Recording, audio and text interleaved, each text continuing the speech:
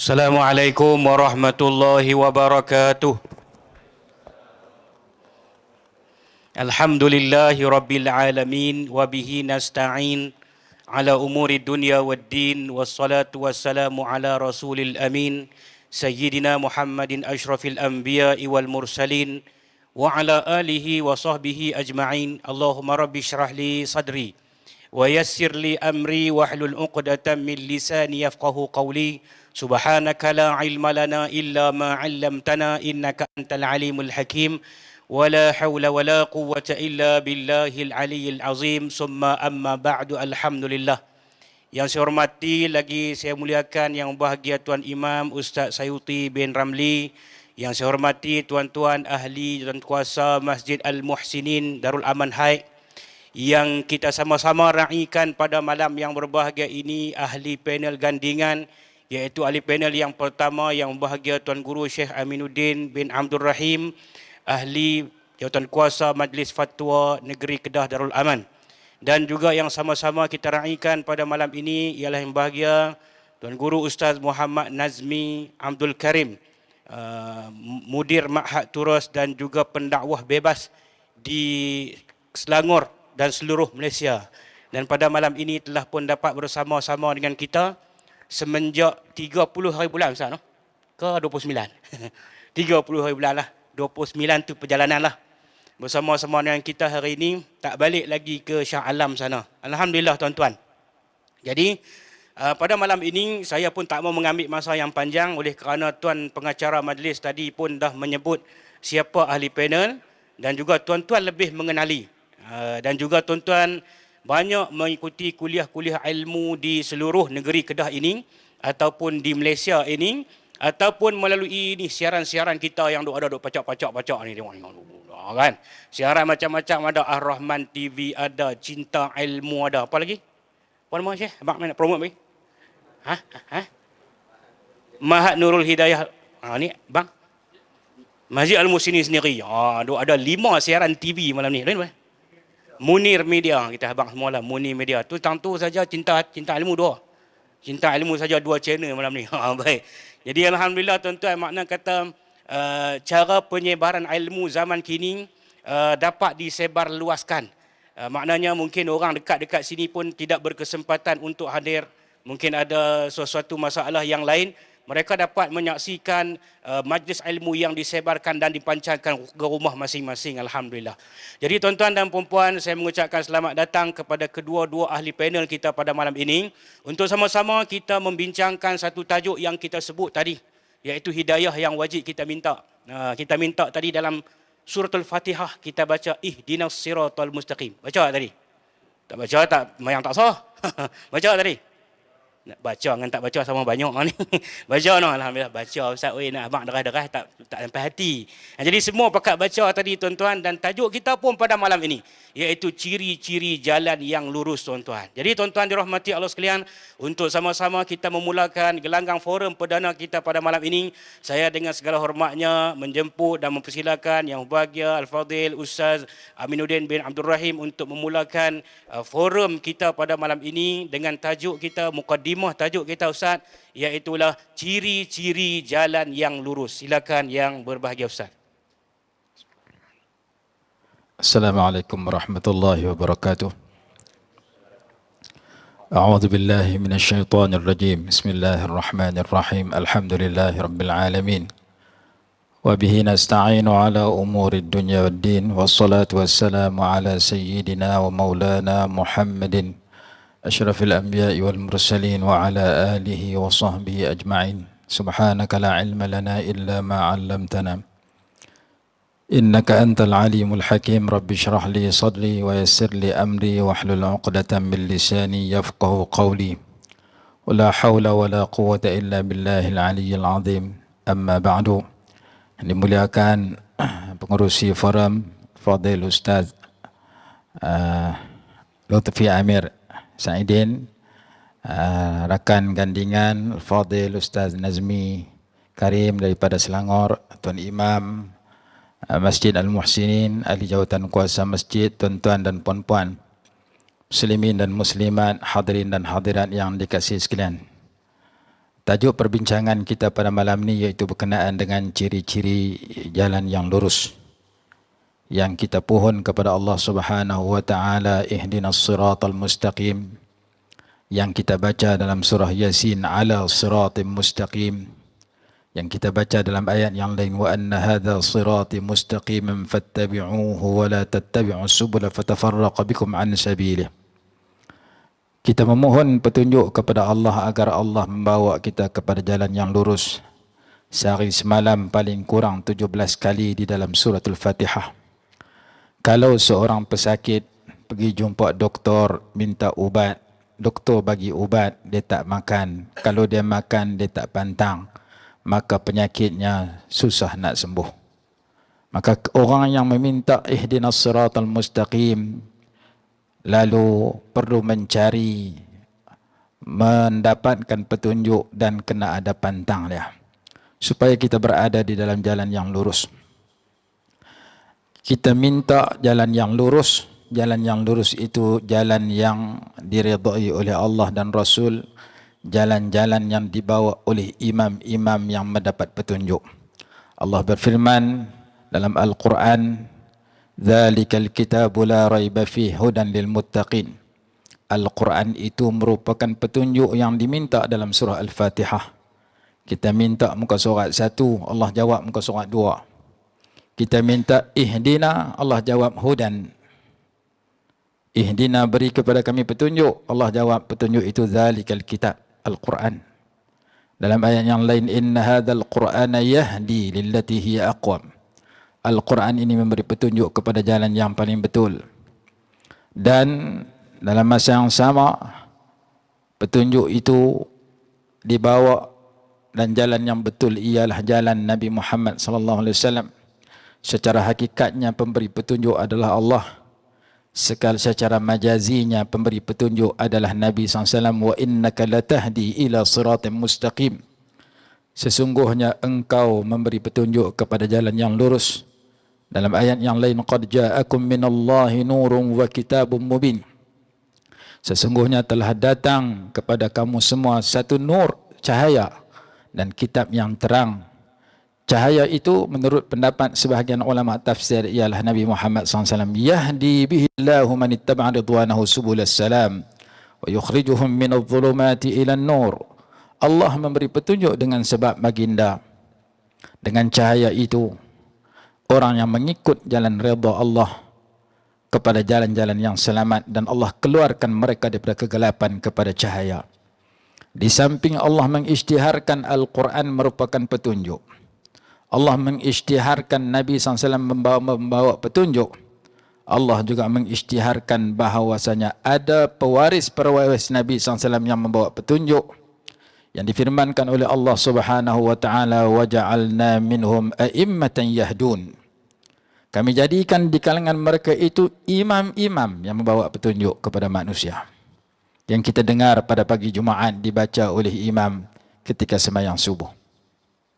Maka orang yang membaca ihdina, berikan kepada kami petunjuk, petunjuk itu terkandung di dalam Al-Quran, petunjuk itu terkandung di dalam hadis, petunjuk itu terkandung di dalam panduan yang diberikan oleh imam-imam besar untuk memahami Al-Quran dan hadis dengan kefahaman yang betul, bukan sahaja daripada Quran dan hadis, tetapi daripada al-ulama warasatul anbiya.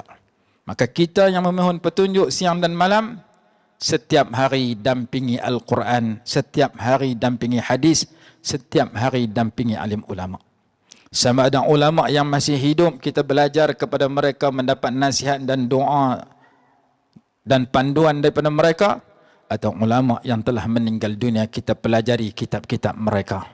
Kita dampingi Imam Nawawi rahimahullah, pelajar kitab Imam Nawawi. Kita dampingi Imam Bukhari rahimahullah, mengaji Sahih Bukhari. Kita dampingi Imam Ghazali rahimahullah, mengaji kitab Imam Ghazali. Kita dampingi Imam Ibn Atha'illah As-Sakandari, mengaji kitab beliau. Mendampingkan diri kepada a'immatan yahdun merupakan keperluan kita bersama, kerana kita tidak mampu memahami Al-Quran dan hadis dengan kecetekan ilmu yang kita miliki. Allah menyuruh kita mengikut imam-imam itu melalui firman-Nya yang berbunyi fas'alu ahlad dzikri in kuntum la ta'lamun. Bertanyalah kepada ahli zikir jika kamu tidak tahu. Dalam tafsir Qurtubi menyatakan ahli zikir ahli ilmu. Dalam kitab Al-Madhhabiyah karangan Dr. Al-Buti rahimahullah, dia menyatakan wajib kepada orang awam dan wajib kepada orang alim yang tidak mampu berijtihad bertaklid kepada imam-imam mujtahid. Wajib kita sebagai orang biasa dan wajib kepada orang alim sekalipun yang tidak mampu berijtihad memetik hukum daripada Quran dan hadis, bertaklid kepada imam-imam. Maka kita di Malaysia, kita di Kedah, Ustaz Nazmi di Selangor mengikut mazhab Syafi'i, mengikut imam mujtahid yang besar Al-Imam Syafi'i. Kebanyakan negeri di Malaysia ikut mazhab Syafi'i dalam fiqahnya. Dan lagi segi tauhidnya mengikut Asy'ariyah Maturidiyah. Maka jalan yang lurus itu terhimpun padanya 4 perkara. Sebagaimana yang difahami daripada hadis yang berbunyi, la tuftahanna al-Qustantiniyah wa la ni'mal amiru amiruha wa la ni'mal jayshu dzalikal jaysh.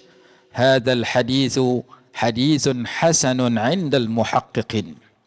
Ulama-ulama menyatakan daripada hadis ini difahami bahawasanya jalan yang lurus, jalan yang terkandung pada diri seseorang sebagaimana apa yang terkandung pada diri orang yang dipuji dalam hadis ini. Dalam hadis itu Nabi SAW bersabda, sesungguhnya akan dibuka kota Istanbul, sebaik-baik ketua-ketua yang membuka kota tersebut, sebaik-baik tentera-tentera yang membuka kota tersebut. Setelah kewafatan Nabi SAW dikaji oleh ulama, ulama sejarah mendapati orang yang dipuji itu ialah Sultan Muhammad Al-Fatih yang membuka kota Istanbul, dan tenteranya dipuji. Pada diri Sultan Muhammad Al-Fatih terdapat 4 perkara besar yang perlu kita kenali, yang menyebabkan beliau dipuji oleh Nabi SAW. Perkara yang pertama, beliau mempunyai aqidah Ahlus Sunnah wal Jamaah. Orang yang ingin berada di jalan-jalan yang betul, hendaklah ia berusaha mempelajari dan menghayati aqidah Ahli Sunnah wal Jamaah. Berdasarkan firman Allah Subhanahu wa taala di dalam suratul Maidah ayat 54, "Fasawfa ya'tillahu biqaumin yuhibbuhum wa yuhibbunah." Allah akan mendatangkan satu kaum yang Allah kasih akan kaum itu, dan kaum itu kasih akan Allah Subhanahu wa taala. Ketika ayat ini diturunkan, ada ulama mentafsirkan ayat ini dituju kepada Sayyiduna Abu Bakr Siddiq radhiyallahu anhu wa man sara ala nahjih. Orang yang berjalan di atas perjalanan Sayyidina Abu Bakar radhiyallahu anhu, dan orang yang mengikut perjalanan baginda Abu Bakar radhiyallahu anhu. Maka tafsiran ini menolak aliran yang melaknat dan mengkafir Sayyidina Abu Bakar radhiyallahu ta'ala anhu. Tafsiran yang kedua menyatakan ketika ayat ini diturun, Nabi SAW menepuk badan Sayyiduna Abu Musa Asy'ari radhiyallahu anhu dengan bersabda, "Hum qaumu hadza." Mereka adalah kaum ini. Al-imanu yamanin wal hikmatu yamaniyatun hum qaumun araqu afidatan wa alyanu quluba. Nabi SAW menyatakan kaum inilah yang kasih akan Allah dan Allah kasih akan mereka itu. Apabila Nabi SAW memuji Sayyiduna Abu Musa Asy'ari radhiyallahu anhu, seorang sahabat yang saleh, seorang sahabat yang baik, lalu dia berkahwin, daripada perkahwinannya lahir anak, kemudian berkahwin dapat menantu dan dapat cucu dan seterusnya. Daripada keturunan beliau lahir Al-Imam Abul Hasan Al-Asy'ari radhiyallahu anhu yang merupakan imam kepada mazhab Ahli Sunnah wal Jamaah. Ulama menyatakan salahul abai yanfa'ul abna'a wa in ba'udu. Ibu bapa yang baik biasanya memberi manfaat kepada anak cucunya, anak cucu mereka, walaupun jarak antara mereka jauh. Berdasarkan firman Allah dalam suratul Kahfi, wa kana abuhuma salihah, adalah bapa mereka berdua orang yang saleh, manfaatnya dapat kepada cucu yang nombor 7 yang dapat manfaat harta di bawah dinding yang dibangunkan oleh Nabi Khidir alaihi salatu wassalam. Salahul aba yanfa'ul abna wa in ba'udu. Ibu bapa yang saleh memberi manfaat kepada anak cucunya walaupun jarak antara mereka jauh. Sebagian ulama menyatakan al-aba'u salasatun. Bapa itu ada 3 orang. Al-abu alladhi waladaka, wal-abu alladhi zawwajaka bintahu, wal-abu alladhi 'allamaka wa rabbaka wa huwa afdaluhum. Bapa itu ada 3. Yang pertama, bapa yang menyebabkan kamu dilahirkan, yang suap nestum masuk dalam mulut kamu, yang kamu bin dia dalam suap beranak. Yang kedua, bapa yang mengahwinkan anaknya dengan kamu, pak mentua. Yang ketiga, bapa yang memberi ilmu dan pendidikan kepada kamu, bapa ruh nama dia. Itulah bapa yang paling mulia, yang paling afdal. Sayyiduna Abu Musa Asy'ari radhiyallahu anhu seorang bapa yang merupakan bapa kepada roh cucu cicitnya dan bapa jasad kepada anak cucunya.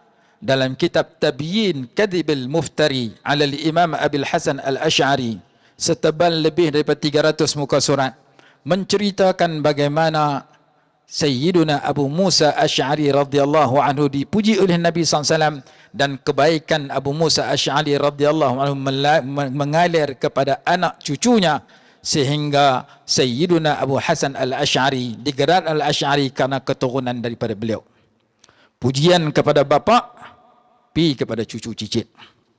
Ibu bapa yang baik memberi manfaat kepada cucu cicit, sehingga kadang-kadang cucu menjadi baik disebabkan nenek datuk ataupun atas pada datuk. Sebagaimana Sayyiduna Umar bin Abdul Aziz rahimahullah menjadi khalifah yang terkenal, bahkan digelar sebagai khamisul khulafa'ir rasyidin, manfaat daripada datuknya Sayyidina Umar radhiyallahu anhu, datuk yang atas pergi kepada cucu cicitnya. Kebiasaannya begitu. Kebiasaannya peribadi kita main daripada panggil pak kita atau tok wan kita, atau main daripada guru kita. Gurulah yang membentuk kita aliran apa. Begitu juga ibu bapa kita. Maka dalam kita hidup atau muka bumi, cari guru yang betul. Imam Ibn Sirin rahimahullah berpesan, pesanannya disebut di awal Sahih Muslim, inna hadzal ilma dinun fanzuru amman ta'khuduna dinakum. Ilmu ini adalah agama, hendaklah kamu perhati daripada siapa kamu ambil agama itu. Kita ambil agama daripada guru yang memisahkan Islam dengan dunia, agama dengan dunia, maka begitulah yang kita bawa. Kerana diri kita seumpama botol kosong. Kita masuk air sejuk, tuang keluar air sejuk. Masuk air ketum, tuang keluar air ketum. Masuk air arak, keluar air arak. Masuk air zam-zam, keluar air zam-zam. Dan bernilainya botol ini mahal ataupun murah menurut air yang dimasukkan ke dalam botol. Kita buah air mineral RM1. Buah air mineral, buah air ketum RM5. Buah air ketum, buah air zam-zam mungkin RM10. Buah air zam-zam, buah air longkang tak ada harga baling dengan botol-botol sekali. Buah air longkang, bubuh air ud, minyak wangi ud, botol besar ni tah 5-6 ribu. Botol yang sama berharga dan bernilai mahal ataupun murah ataupun tidak ada nilai menurut apa yang dimasukkan ke dalam botol itu. Maka kita masukkan ke dalam diri kita akidah yang betul, ibadah yang betul, akhlak yang mulia, perjuangan yang betul, kita orang berharga. Sepertinya berharganya botol dimasuk cecair yang mahal seperti minyak ud. Kalau dalam diri kita akidah yang salah, Allah menyebut dalam Al-Quran akidah yang salah itu kotor. Firman Allah Subhanahu wa taala, innamal musyrikuna najasun. Orang musyrik itu najis. Akidah yang salah itu kotor.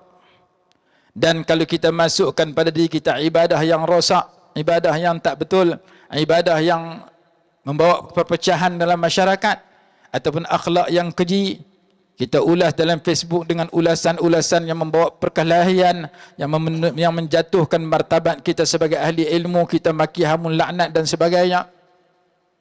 dan kita tidak menyokong aliran dan perjuangan yang membawa kepada mengajak diri dan masyarakat kepada Islam yang lengkap, maka seperti mana botol yang dimasuki sesuatu yang tidak berharga, botol itu menjadi murah.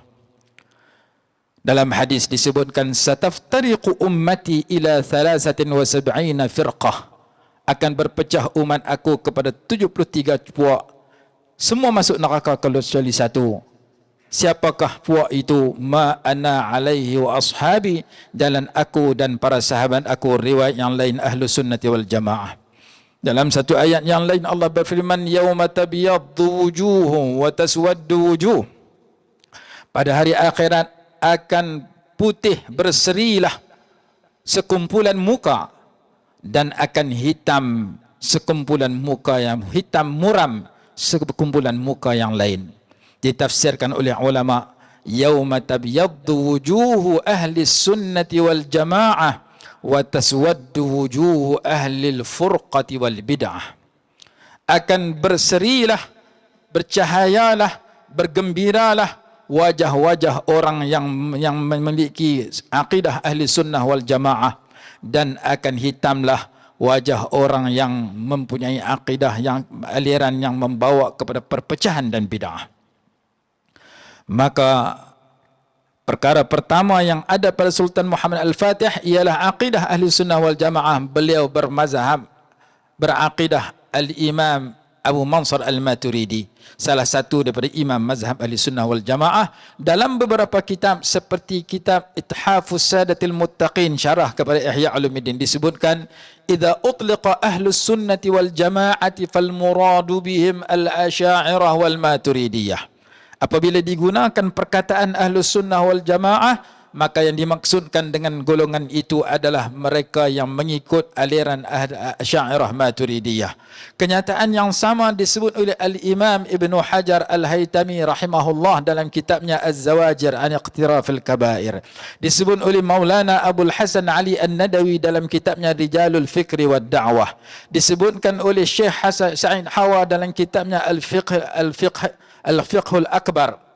Disebutkan oleh Syekh Ali Jum'ah, disebutkan oleh Syekh Ramadan Al-Buti, disebutkan oleh Syekh Wahbah Az-Zuhairi, disebutkan oleh Habib Ali Al-Jufri dalam kitab Al-Asy'ariyah Ahlus Sunnah, disebutkan oleh Syekh Hasan Hito, Dr. Hasan Hito, disebutkan oleh Syekh Abdul Fattah Bizam Mufti Dimashq, disebutkan oleh ramai alim ulama bahawasanya akidah ahli sunnah wal jamaah adalah Asy'ariyah Maturidiyah.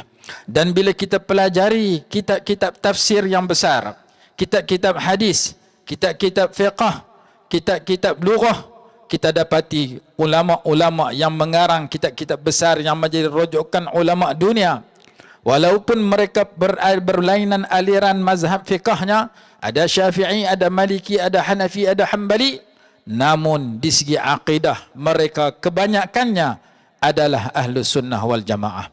Al-Imam Al-Qurtubi, pengarang tafsir Qurtubi Al-Jami' li Ahkamil Quran, dia bermazhab Maliki, di segi akidahnya Ahlus Sunnah wal Jamaah.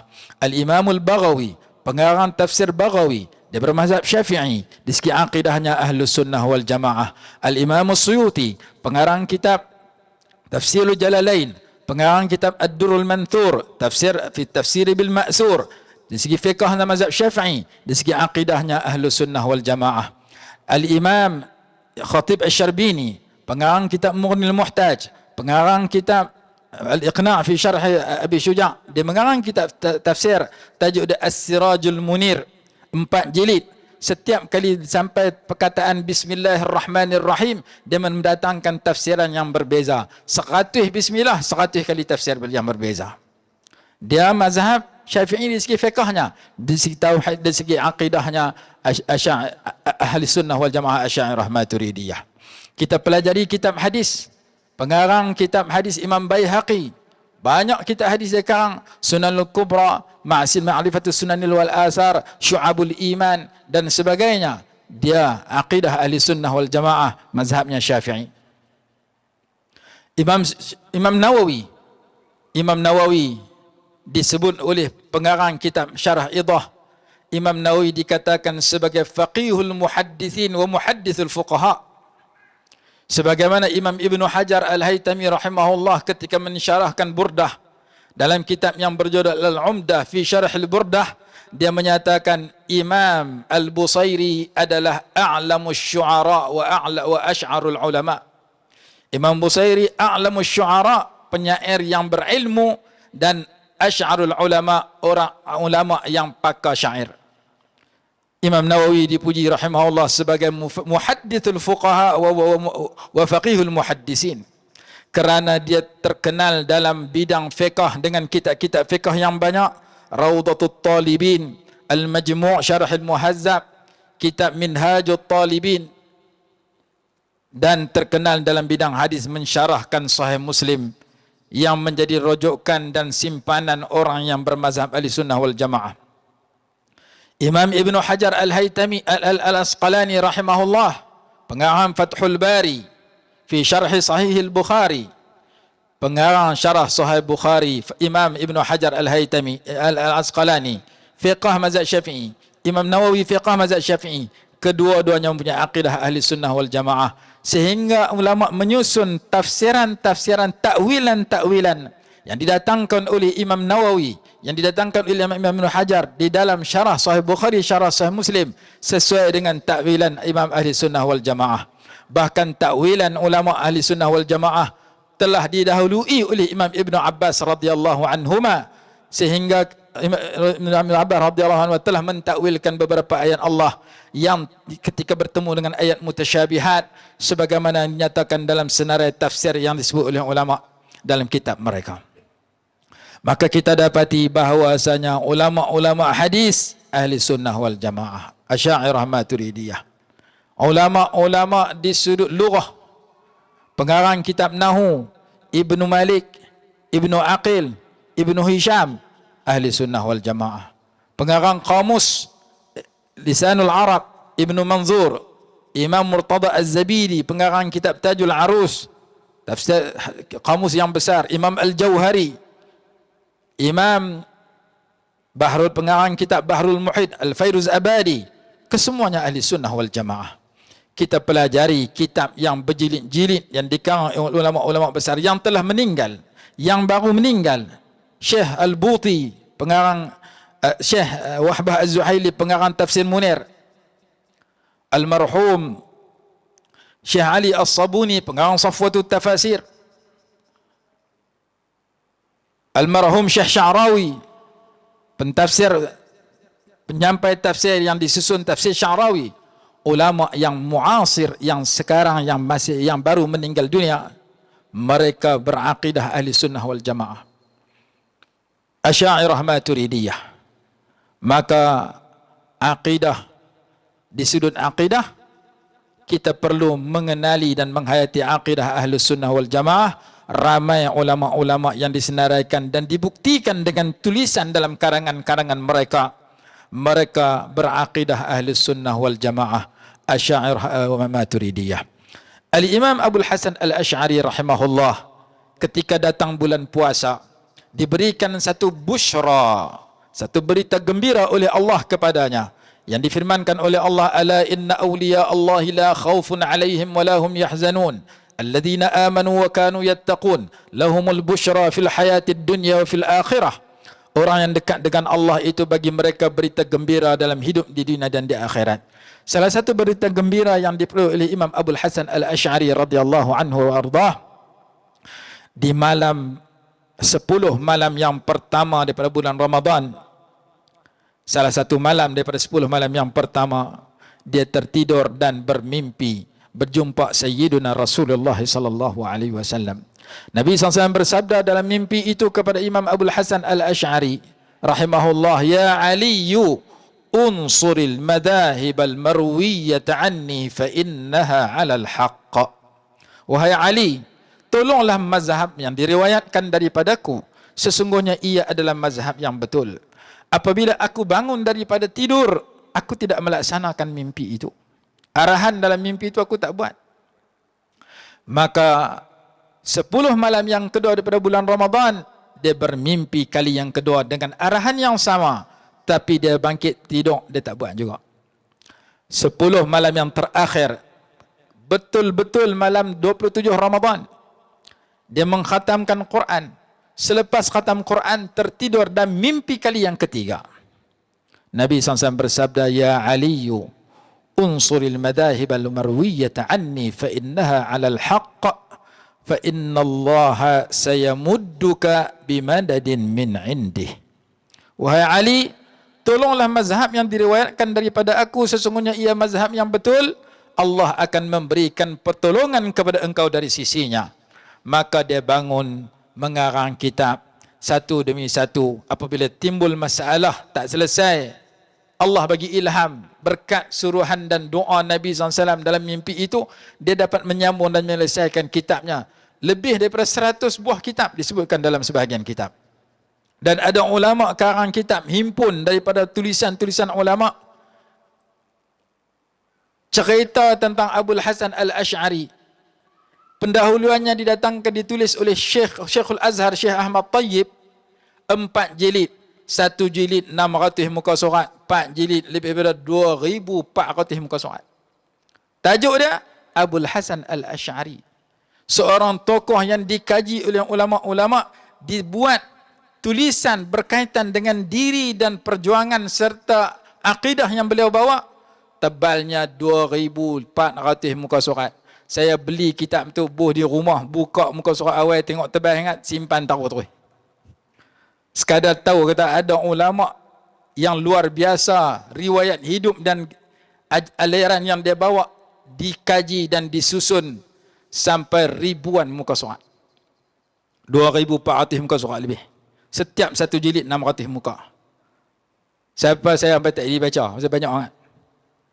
Nah, abang kata hebatnya Imam Abul Hasan Al-Ash'ari rahimahullah, yang dapat busyra daripada Nabi SAW, daripada Allah Subhanahu wa Ta'ala, dapat ru'yah salihah, mimpi yang baik, dan menyusun mazhab ahli sunnah wal jamaah. Yang kedua setelah akidah, akidah ni serupa pohon, ibadah umpama ranting, akhlak umpama buah. Buah durian, buah mu'tan, buah pelam, tak boleh duduk atas angin. Kalau kita pergi tengok di kedai, dia duduk atas meja, duduk atas tanah, hak tu hak main pada kantin dengan pokok. Dia tak boleh duduk atas udara. Buah mesti berkembang dengan ranting. Ranting mesti berkembang dengan pokok. Perdu pokok, pohon, ranting dan buah. Akidah yang betul umpama pohon, ibadah yang sempurna umpama ranting, dan akhlak yang mulia umpama buah yang lazat. Pohon itu ilmu tauhid, ranting itu ilmu fiqh, buah itu ilmu tasawuf. Pohon itu aqidah, ranting itu syariah, buah itu akhlak. Diumpamakan oleh Al-Imam Al-Haddad rahimahullah dalam salah satu kitabnya. Maka kita dapati orang yang ingin berada dalam jalan yang lurus mesti pokoknya betul, aqidahnya betul. Setelah aqidah, ibadah. Dan inilah yang diterapkan oleh Al-Quran ketika Allah menceritakan sifat orang bertakwa pada muka surat 2. Allah mengimpunkan antara tauhid, fiqh dan tasawuf. Apa itu tauhid? Alladzina yu'minuna bil ghaibi, orang yang beriman, tauhid. Apa itu fiqh? Wa yuqimuna shalah, semayang, itu fiqh. Apa itu tasawuf? Wa mimma razaqnahum yunfiqun, sebahagian rezeki yang kami berikan mereka infakkan kepada orang lain. Mereka mempamerkan akhlak yang mulia, menginfakkan kepada penerima. Penerima suka mendapat nafkah infak daripada kita, mewujudkan kasih sayang antara pemberi infak dan penerima infak. 3 sifat itu, tauhid, fiqh, tasawuf, merupakan sifat awal kepada al-muttaqin, yang disebut sebagai hudan lil muttaqin. Dan perkara yang sama disebut dalam surah Luqman, ketika Allah menceritakan cara Sayyidina Luqman nak didik anaknya. Ya bunayya la tusyrik billahi inna syirka la zulmun azim. Wahai anakku, jangan mensyirikkan Allah, mengajak tauhid. Ya bunayya aqimis salah, mengajak fiqh. Ya bunayya wa la tusa'ir khaddaka lin-nasi wa la tamshi fil ardi maraha. Jangan bermalingkan pipi kamu daripada orang ramai. Jangan berjalan dalam keadaan ego sombong. Mengajak tasawuf, mengajak akhlak. Maka ilmu yang pertama, ilmu tauhid. Ilmu aqidah ahlus sunnah wal jamaah. Ilmu yang kedua, ilmu fiqah. Fiqah seperti mana saya sebut tadi, fiqah bagi orang awam macam kita dan bagi orang alim yang tak mampu berijtihad, wajib bertaklid kepada imam mujtahid dalam kitab Sab'ah Kutub Mufidah, dalam kitab Al-Madhabiyah Akhtaru Bid'atin Tuhaddidu Syari'at Al-Islamiyah karangan Syekh Al-Buti rahimahullahu ta'ala. Kenapa? Kerana orang Arab pun bertaklid, kita Melayu lagi kena taklid. Kenapa? Kerana susah nak petik hukum daripada Quran. Orang baca Quran ni dua bentuk. Yang pertama, qira'atul istimbatin, baca Quran untuk petik hukum daripada Quran, iaitu bacaan ulama mujtahidin. Kita qira'atu mau'izatin wa fahmin wa tadabburin. Kita baca untuk dapat nasihat, dapat pahala, untuk faham isi kandungan. Untuk petik hukum kadang kita tak cukup alat. Sebagai contoh, kita baca Bismillahirrahmanirrahim. Ba' tu kalau orang mengaji bahasa Arab, dia kata huruf jar. Ba' tu makna dengan. Hak tu hak kita tahu. Dalam bahasa Arab, ba' ada 14 makna. Dalam kitab Mughnil Labib, ba' 14 makna. Dalam kitab Nahwu Wafi, ba' 15 makna. Kita tahu ba' makna dengan. Makna nombor 2, 3 sampai nombor 14 kita tak tahu. Dan perselisihan dalam menentukan makna ba' itu menyebabkan berselisih ulama 4 mazhab di dalam menyapu kepala di dalam wudu. Wamsahu biru'usikum, dan sapulah kepala kamu. Mazhab Maliki dan mazhab Hambali mentafsirkan ba' lizzaidah littaukid, ba' mana semua. Wamsahu biru'usikum ay wamsahu jami'a ru'usikum, sapu seluruh kepala kamu. Berdasarkan kepada ayat itu dan hadis Nabi SAW ketika berwuduk, sapu seluruh kepala baginda. Sementara mazhab Hanafi dan Syafi'i mentafsirkan ba' littab'id, ba' mana sebahagian. Wamsahu biru'usikum ay wamsahu ba'da ru'usikum, sapulah sebahagian daripada kepala kamu. Dan kenyataan itu juga betul disokong oleh hadis Nabi SAW pernah berwuduk sapu sebahagian sahaja kepala baginda, sebahagian lagi sapu atas serban. Dan disokong oleh syair yang berbunyi, syaribtu bima'il bahri wal bahru malihu, aku telah meminum air laut dan air laut itu amat masin. Minum air laut bukan satu laut. Bima'il bahri ay ba'da ma'il bahri. Maka daripada huruf ba' situ menimbulkan dua cara berwuduk, dan kedua-duanya betul disokong oleh ayat yang sama, disokong oleh hadis yang berbeza.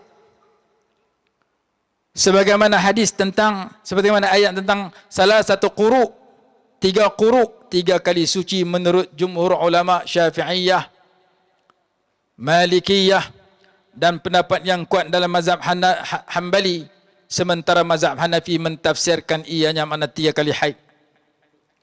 Khilaf ulama, perselisihan ulama berlaku dalam memahami ayat dan cara mereka mempunyai alat yang cukup, ilmu yang cukup untuk memahami nas. Maka kita dapati bahawasanya bab bismillah, ba' ataupun kita tak lepas tanpa hal lain. Al-amru, perintah, ada 16 makna contoh dia. Dalam kitab usul fiqh ada sebut jam'ul jawami' dan sebagainya. Kita tahu perintah mana wajib, sunat. Tak sunat, wajib. Berbelah-belah kita tak tahu. Maka kita tak mampu memahami hukum daripada nas, maka kita ikut ulama yang faham. Maka ulama kata ayat itu mewajibkan orang awam dan mewajibkan orang alim yang tidak mampu berijtihad bertaklid, mengikut ulama mujtahid. Sebab itu kita di Malaysia kita ikut mazhab Syafi'i. Kita tak mendakwa diri kita al-madhabiyah, tak terikat dengan mazhab. Dan Imam Syafi'i rahimahullah disebut dalam Manaqibus Syafi'i, ketika masih kanak-kanak mimpi jumpa Nabi SAW. Nabi SAW bersabda kepada Imam Syafi'i, ya gulamu mimman anta, wahai budak, dari mana kamu datang? Imam Syafi'i menjawab, ana min rahtika ya Rasulullah, aku daripada keluarga engkau wahai Rasulullah. Udnu minni, Nabi SAW memanggil Imam Syafi'i, wahai Syafi'i, mai dekat saya. udnu minni, wahai budak, mai dekat saya. Fadanautu minhu, aku mendekati Nabi SAW.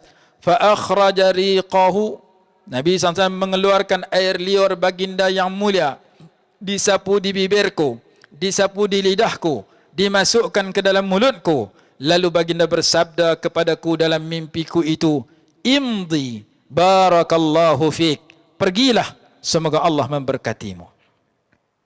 Imam Syafi'i masa tu budak-budak, bangkit tidur mengaji, mengajak dan sebagainya. Sampai tua Imam Syafi'i kata, semenjak aku bermimpi ketika aku masih kecil berjumpa Nabi SAW, Nabi SAW memasukkan air liur baginda dalam mulutku, aku tak pernah salah membaca hadis walaupun sepatah berkat air liur baginda dimasukkan ke dalam mulutku. Kita mimpi jumpa hantu, kita mimpi jumpa Doraemon, jumpa kartun. Maka tak sama kita dengan Imam Syafi'i. Ada orang kata, Allah ikut apa Imam Syafi'i? Hum rijal wa nahnu rijal, kita pun boleh ijtihad.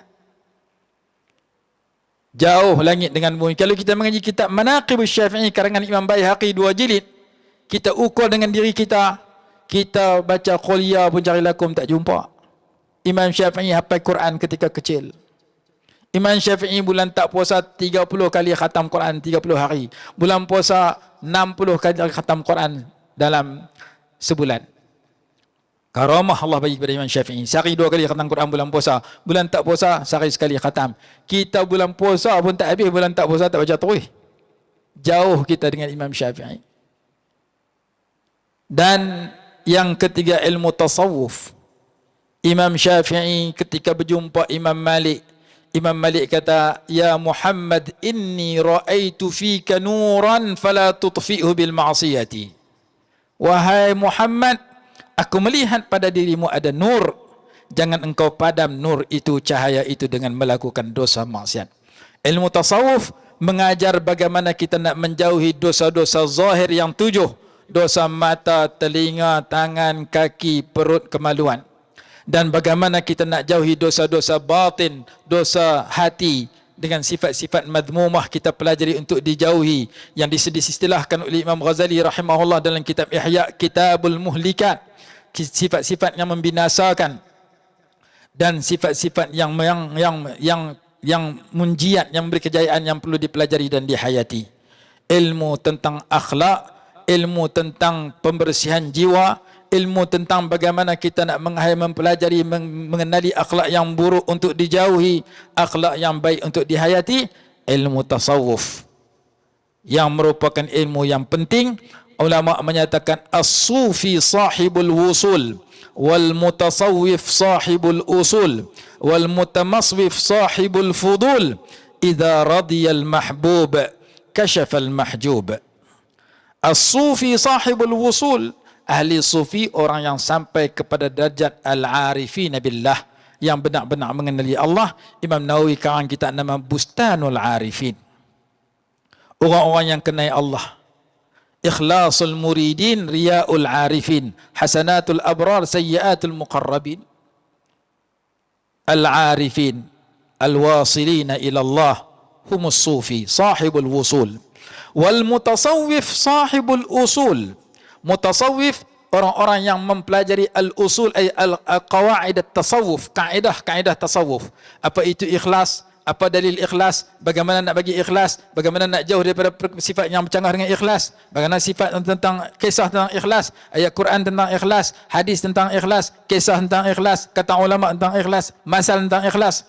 Ikhlas saja kita belajar, tapi kita belum tentu ikhlas. Kita sedang mempelajari kaedah asas untuk kita latih diri kita supaya menuju ke arah itu. Maka kita dikenali sebagai mutasawwif, sahibul usul, orang yang mempelajari kaedah tasawuf. Yang ketiga, sahibul al-mutamaswif, sahibul fudul. Yang ketiga, orang yang bercanggah dengan tasawuf tapi mendakwa diri mereka ahli tasawuf, ahli sufi, sedangkan mereka membawa aliran yang jauh menyimpang daripada tasawuf, iaitu nama dia sahibul fudul. Golongan yang bercanggah dengan ajaran Allah dan Rasul sudah wujud di dalam Masjid Nabawi, nama dia munafiqin, dan golongan yang bercanggah dengan jalan yang betul ada sampai kiamat. Yang idza radiyal mahbub, apabila Allah yang dikasihi redha kepada kita, Allah buka hijab untuk menjadi seseorang itu al-muqarrabin, hampir kepada Allah Subhanahu wa taala. Yang keempat, soalan pertama habis sejam lah, tak apa, saya habis ni. Yang keempat yang ada pada diri Sultan Muhammad Al-Fatih. Sultan Muhammad Al-Fatih dia di segi fiqh dia mazhab Hanafi, salah satu muqallid kepada salah satu imam mujtahid daripada mazhab empat. Di segi tasawuf, Sultan Muhammad Al-Fatih tidak pernah meninggalkan qiyamul lail seumur hidup. Ya, ahli sufi, ahli tasawuf beramal dengan amalan-amalan yang tinggi, dan sifat qiyamul lail ini sifat orang dekat dengan Allah. Kata ulama dipetik daripada ayat-ayat di akhir surah Al-Furqan, wa ibadur rahman alladhina yamshuna 'alal ardi hauna. Salah satu sifat ibadur rahman ialah walladzina yabituna li rabbihim sujjadan wa qiyama, orang yang bermalam dalam keadaan sujud dan qiyam kepada Allah Subhanahu wa taala.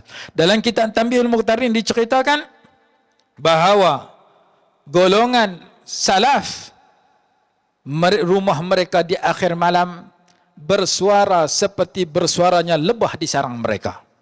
Para golongan sahabat tabi'in di akhir malam setiap rumah bersuara dengan ibadat kepada Allah. Rumah ni semayang, rumah ni baca Quran, rumah ni istighfar, rumah ni baca doa, rumah ni baca selawat. Rumah kita bersuara dengan mengeruh. Rumah kita qiyamul lail 4 tahun sekali Piala Dunia Argentina lawan Brazil. Qiyamul lail kita sorak bola. Patu 4 tahun pula sengap. Kalau nak surah juga, dengar surah juga, mengerah. Kau nudukah, kau ni pelan. Itulah akhlak ulama salaf. Bahkan akhlak orang-orang baik zaman dulu. Alaikum biqiyamil lail fa innahu da'bu salihin qablakum. Dalam masa yang sama, ia adalah kelakuan yang mulia yang dihayati oleh Sultan Muhammad Al-Fatih. Yang ketiga ada pada Sultan Muhammad Al-Fatih ialah ilmu tasawuf. Dan yang keempat, Sultan Muhammad Al-Fatih orang yang memperjuangkan khilafah Islamiyah Osmaniyah. Orang yang mengajak manusia supaya berada di bawah pentadbiran Islam, kerajaan Islamiah, kerajaan khilafah Osmaniyah. Maka kita mempelajari ilmu tauhid, fiqh dan tasawuf. Yang keempat, kita perlu mengajak diri kita, keluarga kita, masyarakat, negara kita agar menghayati Islam selengkapnya. Islam mentadbir diri, keluarga, masyarakat, negara dan dunia sebagaimana yang Allah arahkan di dalam suratul Baqarah ayat 208, udkhulu fis silmi kafah, hendaklah kamu masuk dalam Islam dalam semua bidang aspek kehidupan. Dan sebagaimana amaran Allah yang perlu kita kenali dalam surah Ali Imran, wa man yabtaghi ghairal islami dinan falan yuqbala minhu wa huwa fil akhirati minal khasirin. Barang siapa yang mencari cara hidup selain daripada Islam tidak akan diterima akhirat esok, termasuk orang yang rugi. Kita mau diri kita ikut Islam yang lengkap, anak bini kita ikut Islam yang lengkap, ajak jiran kita berjiran cara Islam, bersukan cara Islam, berhibur cara Islam, memerintah cara Islam, ekonomi cara Islam.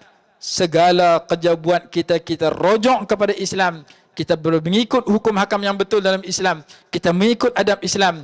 Dan Islam itu perlu diusahakan agar sebaik mungkin orang yang mengikut Islam secara lengkap, sebagaimana yang telah dibuat contoh oleh Nabi SAW dengan para sahabat, itulah orang yang berada di dalam jalan yang lurus. Maka 4 perkara itu ada pada Sultan Muhammad Al-Fatih. Kena usaha ada pada diri kita. Aqidah ahli sunnah wal jamaah. Fiqahnya bertaklid kepada imam mujtahid daripada imam mazhab 4. Tasawufnya mengamalkan ilmu tasawuf. Salah satu amalan ilmu tasawuf ialah qiyamul lail, tiap malam tak pernah tidur. Di samping akhlak yang mulia. Dan yang keempat, mengajak diri dan masyarakat agar Islam itu bukan sahaja dikenali dan dihayati dalam masjid surau, bahkan di pelbagai masa dan tempat, dalam semua pentadbiran di sudut individu, suami isteri, keluarga, masyarakat, negara dan dunia. Itulah 4 ciri siratul mustaqim yang boleh saya jelaskan, yang terlintas dalam pemikiran saya. Wallahu subhanahu wa ta'ala alam. Alhamdulillah, tuan-tuan dan puan-puan yang dirahmati Allah sekalian, nampaknya jelas kepada kita semua. Jelas ke tak jelas ni? Jelas no? Jelas kepada kita semua, tuan-tuan dirahmati Allah sekalian. Daripada apa yang dihuraikan tadi, tadi itu pun lama dah lah, tadi itu pun. Dia ada lebih kurang 47 minit. Dalam 47 minit tu boleh ambil tak? Tak boleh ambil semua pun, kena ambil lah sebahagian daripadanya. Kalau kita tengok apa yang Tuan Syekh sebut tadi, Banyak sekali ulama-ulama silam yang mana berakidah dengan ahlu sunnah wal jamaah. Dan fiqh mereka pun jelas dan juga tasawuf mereka pun jelas. Tiba-tiba kita pada hari ini yang ba pun tak tahuan. Tahu tak ba tak tahuan? Tadi Ustaz sebut tadi ba ada 14 penafsirannya, ba ada 15 penafsirannya. Kita pada hari ini tuan-tuan hebatnya kita, ba pun tak tahuan lagi, tak mau ikut mazhab. Boleh tu? Tu pangat dulu. Baik tuan-tuan dirahmati Allah sekalian. Saya pun tak mau panjang sebab saya nak bagi peluang pada guru-guru kita ni bercakap panjang, biar kita jelas. Tuan Syekh Aminuddin telah cerita kepada kita tadi berkaitan dengan ciri-ciri jalan yang lurus, dengan dalil yang kukuh, dengan ulama-ulama yang jelas, dan akhir sekali dengan kesimpulan yang baik, dengan contoh yang dibawa berkaitan dengan Sultan Ahmad Al-Fatih. Jadi tuan-tuan dirahmati Allah sekalian, kita masih lagi pusingan yang pertama. Saya nak teruskan soalan kepada yang bahagia Ustaz Nazmi. Tadi kita tengok dah ciri-ciri jalan yang lurus tu. Sekarang ni kita nak tengok pula Ustaz, siapakah golongan-golongan yang berada di jalan yang lurus tu? Siapa mereka Ustaz? Orang Kedah kata siapa lah Ustaz tu. Baik, silakan Ustaz. A'udzubillahi minasyaitonirrajim. Bismillahirrahmanirrahim. Assalamualaikum warahmatullahi ta'ala wabarakatuh. Alhamdulillahi rabbil alamin. Wassalatu wassalamu ala sayyidina Muhammadin wa ala alihi wa sahbihi ajma'in. Amma ba'du. Yang saya hormati Ustaz moderator kita, Ustaz Lutfi. Dan yang ana hormati Tuan Guru kita, Syekh Aminuddin, yang saya kenal sejak di Universiti Al-Azhar lagi. Ya, tadi bila dengar Syekh Aminuddin bentangkan di hadapan kita, ana rasa nak tarik diri tuan-tuan. Serius aku cakap. Ada kaedah mengatakan iza ja'al ma batala tayammum. Bila ada air batal tayammum. Aku ni kena tayammum je ni. Ya, mana dah bila datang air kita tak boleh tayammum dah. Maknanya tak boleh pakai dah. Senang cerita gitu. Tuan-tuan bayang ana bukan apa, bagi ana sebenarnya itulah realiti ilmu sebenarnya. Kita sekarang ni dihidangkan kebanyakannya dengan asatizah selebriti. Ana cakap terus terang, buang masa. Kalau tuan-tuan nak ilmu, hadza huwa syekhuna. Channel-channel ni perlu diperbanyakkan, support. Ini panggil al-ilm. Tapi yang banyak pada hari ini, al-hantam majalah tuan-tuan. Merapu, buang masa. Tidak ada manfaat. Bukan tak ada manfaat. Mungkin adalah tapi tak banyak. Tuan guru kita tadi tu baru dia kata, itu baru apa yang terlintas di benak fikiran dia. Belum dibaca kitab lagi tuan-tuan. Itu baru terlintas tu. Aku dah bengong dalam kepala aku. Kan? Subhanallah. Bahrun minal ilmi. Masya Allah. Fatahallahu alaika wa aktharallahu min amthalika insyaAllah wa atalallahu baqa'aka amin ya Rabb. Tuan-tuan tengoklah tuan guru kita. Dia datang bawa 4 kitab. 1, 2, 3, 4, 5. 1, 2, 3, 5 kitab. Tuan-tuan bawa banyak kitab. Hafal pun tak bawa. Mana power lagi tuan-tuan? Tuan-tuan lagi power. Tuan guru kita 5 kitab bawa. Anak memang tak bawa dah pasal dah cakap dah awal. Anak kata malam ni selak raya aku jadi moderator. Sungguh anak kata. Anak kata kalau Syekh Aminuddin, selamatlah aku malam ni. Dan memang selamat sungguhlah. Tuan-tuan semua, itulah ilmu. Itulah ilmu. Dan itulah orang mengaji. Itulah talaqi. Puas hati. Kalau tuan-tuan nak mengaji, nak hantar nak mengaji, itu caranya, itu kaedahnya. Kita musibah di akhir zaman, orang kata, minta Allah tutup aib saya dan kita semua insya-Allah. Kebanyakannya yang nak jadi asatizah ni nak cik makan je. Ya, sebab tu kadang apa yang menyedihkan ana, orang-orang alim yang betul-betul ada ilmu ni tuan-tuan, kurang promosinya di media-media sosial. Ana pun tak tahu kenapa, mungkin ni ujian. Ya. Tapi yang tak faham apa yang mengapu tu orang suka tengok. Kan ada asatizah yang mengapu pun ada juga orang suka tengok. Tapi yang betul-betul orang kata yang bermanfaat tak banyak. Ana pun kadang-kadang sedihlah tengok situasi macam ni. Jadi harap-harap sahabat-sahabat yang ada channel-channel ini follow Syekh Aminuddin. Rugi kita. Iaitu manfaat yang amat banyak. Kembali kepada soalan. Benda soalan tadi lupa dah aku. Oh, siapakah orang-orang yang berada di jalan yang lurus? Kitalah tuan-tuan. Ya, bila mana kita membaca surah Al-Fatihah, kita kata apa? Ihdinas siratal mustaqim. Tunjukkan kepada kami, ya Allah, jalan yang lurus. Siratal ladzina an'amta alaihim. Jalan yang orang-orang kau berikan nikmat di atas mereka. Ghairil maghdubi alaihim waladdallin. Bukanlah golongan yang al-maghdubi alaihim.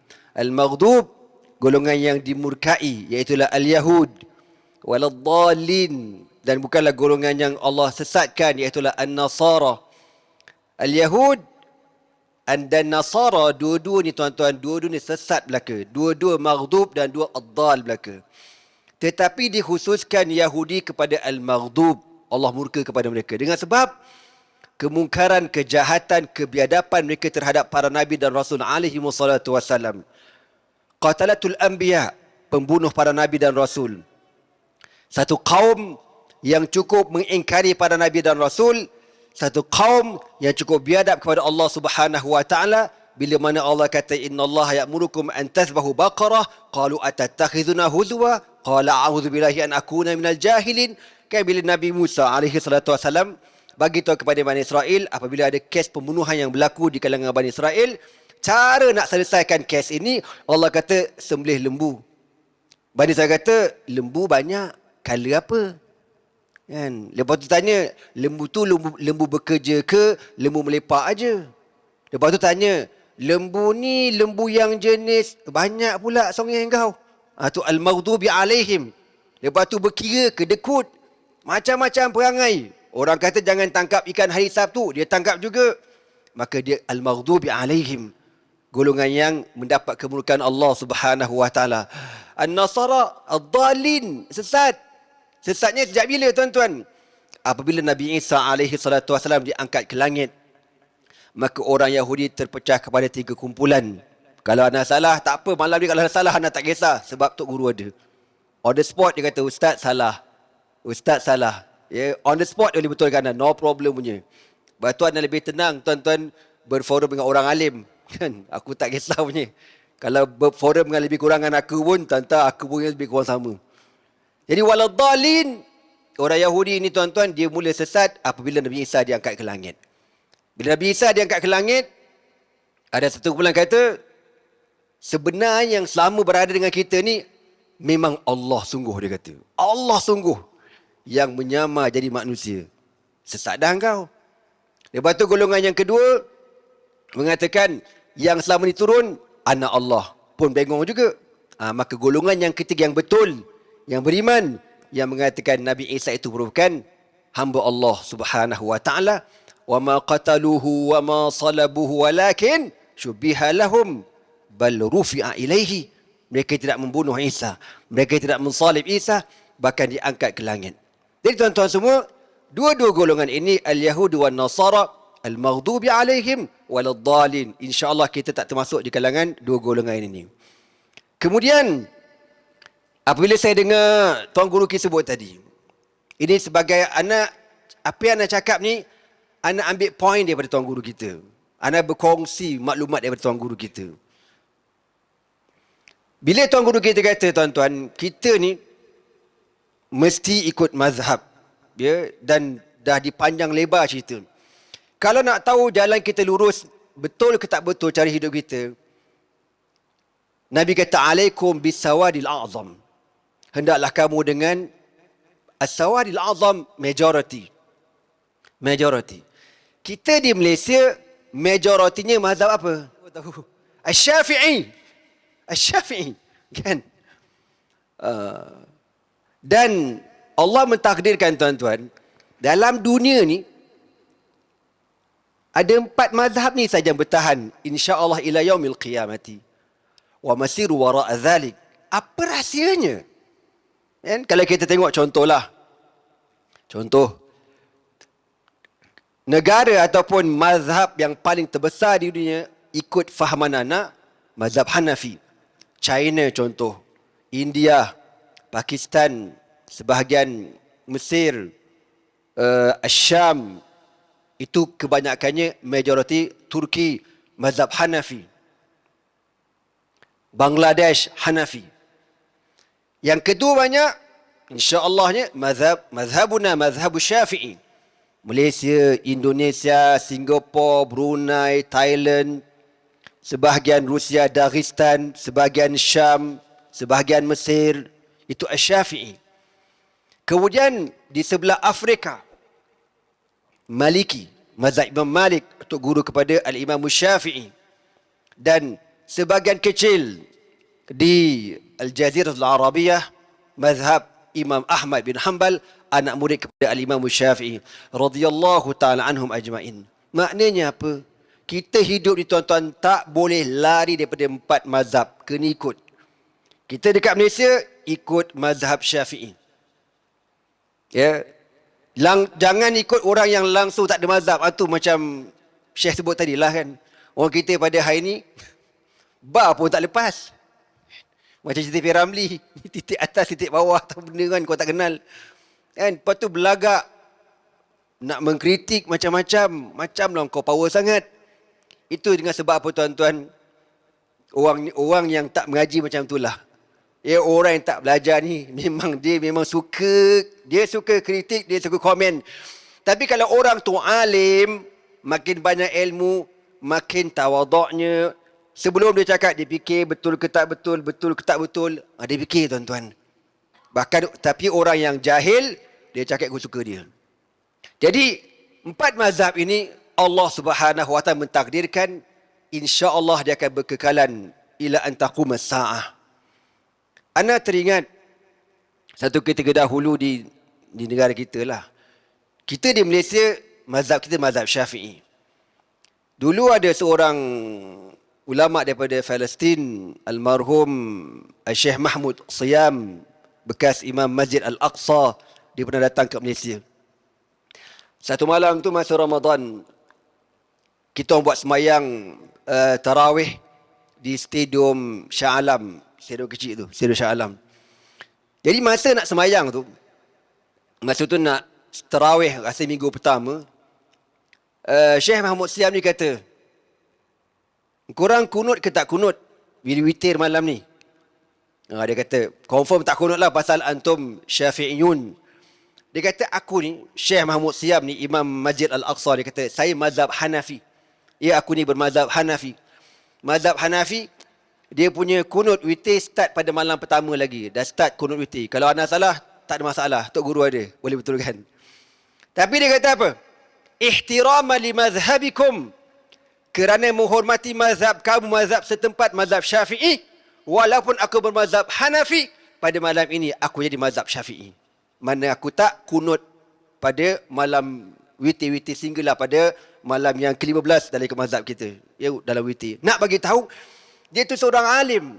Imam Masjid Al-Aqsa, bukan imam surau, kau tahu tak?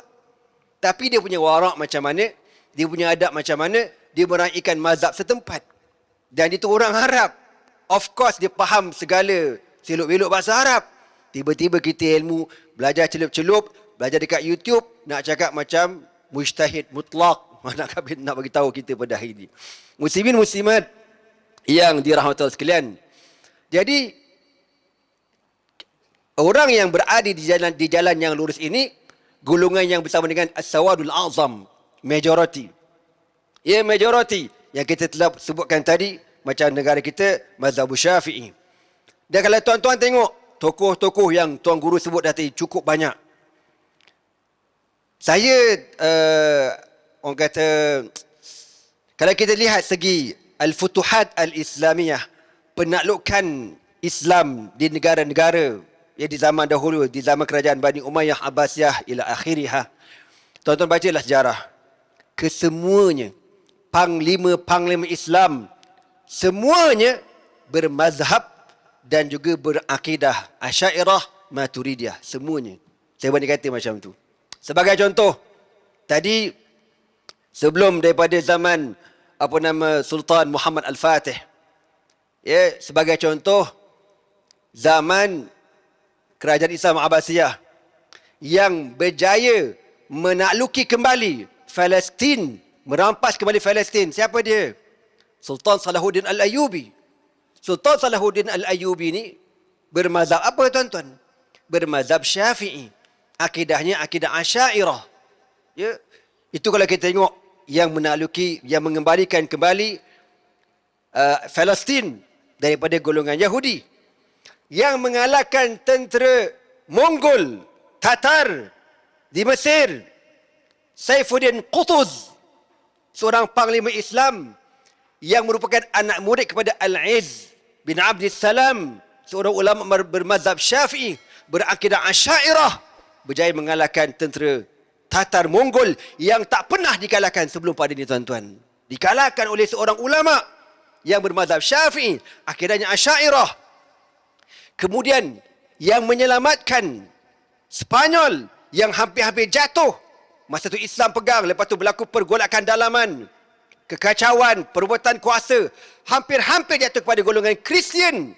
Datang seorang ulama bernama Syekh Yusuf bin Tashfin, seorang bermazhab Maliki dan juga berakidah Asy'ariyah, menyelamatkan kerajaan Islam yang hampir-hampir jatuh, dikembalikan kembali ke persadanya.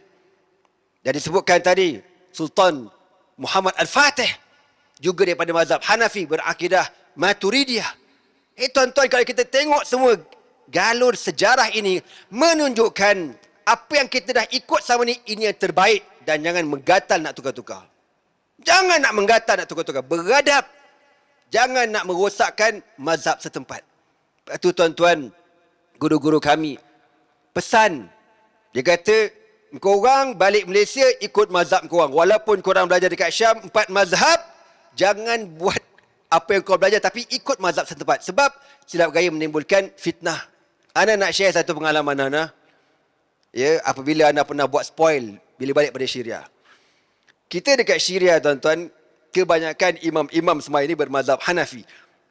Jadi mazhab Hanafi, tahiyat akhir dia sama dengan tahiyat awal, cara duduk tu. Ya, kita tawarruk kan Syafi'i. Tapi kalau Hanafi tu biasa je macam tahiyat awal. Jadi bila saya sampai Malaysia, hari pertama jadi imam kat rumah. Mak semayang. Mak perhati je aku semayang. Mak kata lain macam budak semayang. Habis semayang, mak kata apa tau? Ni ingat arwah mak kata, engkau ni Mi, makin lama belajar makin tak kerti semayang. Engkau dia kata. Sebab apa? Sebab saya tahiyat akhir, tuan-tuan, tak ikut mazhab Syafi'i, ikut mazhab Hanafi. Saya tahiyat akhir macam tahiyat awal. Jadi mak kita ni dah otai mazhab Syafi'i. Bila dia tengok aku punya tahiyat tak betul, on the spot, the sound, kau tahu tak? Dia kata apa? Engkau ni makin belajar, makin tak reti semayang. Ambil kau. Senyap aku. Kita ni, tuan-tuan, ialah kita tahu mazhab kan. Kalau kita di anak kau ajar, kita kata apa? Mak tahu apa orang belajar. Kita kata macam tu kan. Tapi kita taklah macam tu. Kita okey mak, sorry mak, ini mazhab Hanafi. Kau jangan nak mazhab Hanafi. Syafi'i itu dah. Okey mak. Nah gitu. Tapi kalau kau keras kepala kau, mak tahu apa, mak kampung. Kau ajar, kau sumpah, kau IPTS baru tahu. Ya tuan-tuan semua, itu wajib kita meraihkan mazhab. Dan jangan kita menimbulkan fitnah. Kau alik macam mana pun, tapi kalau perbuatan kau boleh menimbulkan fitnah, jangan. Man awqa'a nafsahu mawaqi'atuhami fala yalumanna man asa'a bihi dhann. Kalau kita meletakkan diri kita di tempat tuhmah, tempat fitnah, kalau orang mengatakan kita, kau jangan marah. Kan? Kena raikan. Jadi tuan-tuan semua, itulah kita berada di landasan yang betul dan jangan ditukar landasan ini. Wallahu a'lam. Tuan-tuan dan puan-puan, penjelasan berkaitan siapakah golongan yang disebutkan sebagai orang-orang yang berada pada jalan lurus, jawapannya kita lah. Perbahasan yang disebut oleh Ustaz Nazmi tadi menyokong kenyataan yang telah disampaikan oleh bagi Tuan Guru Ustaz Aminuddin berdasarkan kepada ilmu, bukan sekadar sokongan, hanya saja sokongan. Berdasarkan kepada ilmu yang berteraskan kepada ulama yang telah dibentuk dan ditunjukkan jalan-jalan yang lurus ini. Tuan-tuan, kita masuk pusingan yang kedua. Boleh lagi no? Tapi sejuk sikit no masjid ni no. Saya tengok Ustaz Aminuddin tadi duk mengeliat kaki tu. Kita faham sebab apa? Kita pun sama. Jadi dia macam mengeliat kipasan hak ni kot no. Tapi tak apalah. Dia semua tak kena sebenarnya. Masjid sejuk pun tak kena. Masjid panas pun tak kena. Jadi tak apalah. Kita sabar dalam majlis ilmu ni. Mudah-mudahan Allah Subhanahu Wa Taala merahmati kita insya-Allah. Kita dah berada pada pukul 9.10 minit. Kan 9 minit. Jadi pusingan kedua ni insya-Allah. Kalau panjang lagi pun tak apa kerana majlis ilmu. Kan? Boleh tuan-tuan? Baik, kita nak tengok yang soalan yang ketiga ni kepada Tuan Syekh Aminuddin. terdapat perselisihan perkara-perkara furu' lah dari sudut contohnya fiqh lah kan. Macam setengah orang kata kalau kita semua ikut mazhab, Nabi tak ikut mazhab. Ada orang kata gitu. Ada orang kata sahabat-sahabat tak ikut mazhab. Jadi dia bermula perselisihan, bermula perpecahan di sini tuan-tuan. Maka adalah golongan-golongan yang datang dengan membid'ahkan golongan yang lain. Yang ni kita minta pencerahan Tuan Guru Ustaz Aminuddin, silakan. Bismillahirrahmanirrahim. InsyaAllah tak panjang, masa sejuk. Allah Subhanahu wa taala berfirman, wala yazaluna mukhtalifina illa ma rahima rabbi. Mereka sentiasa berselisih melainkan orang yang diberi rahmat oleh Allah Subhanahu wa taala. Perselisihan dalam perkara furu', dalam perkara cabang sudah berlaku dalam Al-Quran. Sudah berlaku di zaman ketika Nabi SAW masih hidup. Sudah berlaku selepas kewafatan Nabi SAW. Sudah berlaku di zaman para sahabat dan terus menerus berlaku sehingga hari ini. Dalam Al-Quran diceritakan bagaimana di zaman Nabi Daud alaihi salatu wassalam, seorang penggembala kambing melepaskan kambingnya merayau, yang akhirnya kambing itu pergi ke kebun seseorang hamba Allah. Dia perosak habis daun-daun pokok-pokok yang baru ditanam sekian bulan, sekian lama, dia makan jahanam habis kebun. Maka pemilik kebun itu pergi berjumpa dengan Nabi Daud alaihi salatu wassalam, mengadu, toke kambing, bela kambing tak erti jaga, jahanam habis kebun saya, kambing ni perlah habis makan. Maka Nabi Daud alaihi salatu wassalam menjatuhkan hukuman, toke kambing kena bayar denda terhadap kerosakan kebun pemilik kebun. Kemudian isu yang sama diadukan kepada Nabi Sulaiman alaihi salatu wassalam. Nabi Sulaiman kata, bagi saya jangan bayar denda. Penyelesaiannya tukar. Serahkan kebun kepada pemilik kambing, serahkan kambing kepada pemilik kebun. Pemilik kambing kena tanam balik pokok yang jahanam. Usahakan kebun itu. Kalau pokok itu berumur 6 bulan, tanam bagi cukup 6 bulan. Apabila dah pokok sama besar dengan jahanam kemarin, tukar, serah balik kebun, ambil balik kambing. Allah Subhanahu wa taala memuji ijtihad ataupun hukum yang difatwakan oleh Nabi Sulaiman alaihi salatu wassalam. Dalam masa yang sama Allah tidak menyalahkan hukum yang dikeluarkan oleh Nabi Daud alaihi salatu wassalam. Allah menyatakan, fafahamnaha Sulaiman wa kullan ataina hukman wa ilma. Kami memberikan kefahaman kepada Nabi Sulaiman. Wa kullan, kedua-dua nabi itu, kedua-dua hukum yang dikeluarkan itu walaupun berbeza, mereka mengeluarkan hukum berdasarkan kepada ilmu dan kebijaksanaan. Dan Nabi Daud alaihi salatu wassalam walaupun hukumannya bercanggah dengan Nabi Sulaiman dan Nabi Sulaiman dipuji dengan kelebihan, Nabi Daud diberikan yang lain, gunung ganang bertasbih bersama Nabi Daud alaihi salam dan lainnya. Ayat ini mengajarkan kepada kita, ulama kata, dalam perkara furu' apabila berlaku perselisihan pendapat, jangan cepat membid'ahkan orang yang bercanggah dengan hukum kita. Allah Ta'ala tak kata Nabi Daud hukum bid'ah, Nabi Sulaiman yang sunnah. Seperti mana yang didakwa oleh sebahagian pada hari ini. Hak kamu bid'ah, hak aku betul. Kamu baca Yasin malam Jumaat bid'ah, hak aku tak baca Yasin, betul ke aku? Tak baca Yasin yang betul. Baca Yasin yang bid'ah. Jadi, itu cerita dalam Quran. Cerita di zaman hayat Nabi SAW. Nabi SAW bersabda, la yusalliyanna ahadunil asra illa fi Bani Quraidah. Jangan ada seseorang yang sembahyang asar melainkan dalam perkampungan Bani Quraidah. Para sahabat menempuh perjalanan pergi kepada Bani Quraidah, sampai tengah jalan, masuk waktu asar. Sekumpulan kata, kita sembahyang di sini kerana asal dah masuk. Sekumpulan kata kita ikut nas kata di kampung sana, maka dua kumpulan berbeza. Satu semayang di perjalanan, satu lagi simpan nak semayang di sana juga. Sampai berita itu kepada Nabi SAW. Nabi SAW tidak menyalahkan, bahkan menganggap kedua-duanya betul. Hadis yang sama, kefahaman yang berbeza, ijtihad yang dilakukan, dianggap betul. Begitu juga seorang lelaki ketika i'tidal, dia baca Rabbana lakal hamdu hamdan kathiran tayyiban mubarakan fih. Satu zikir yang tidak pernah diajar oleh Nabi SAW. Dia baca zikir itu habis semayang. Rasulullah SAW tanya siapa yang baca. Dia tak berani jawab. 2 kali tanya tak jawab. Ketiga baru jawab.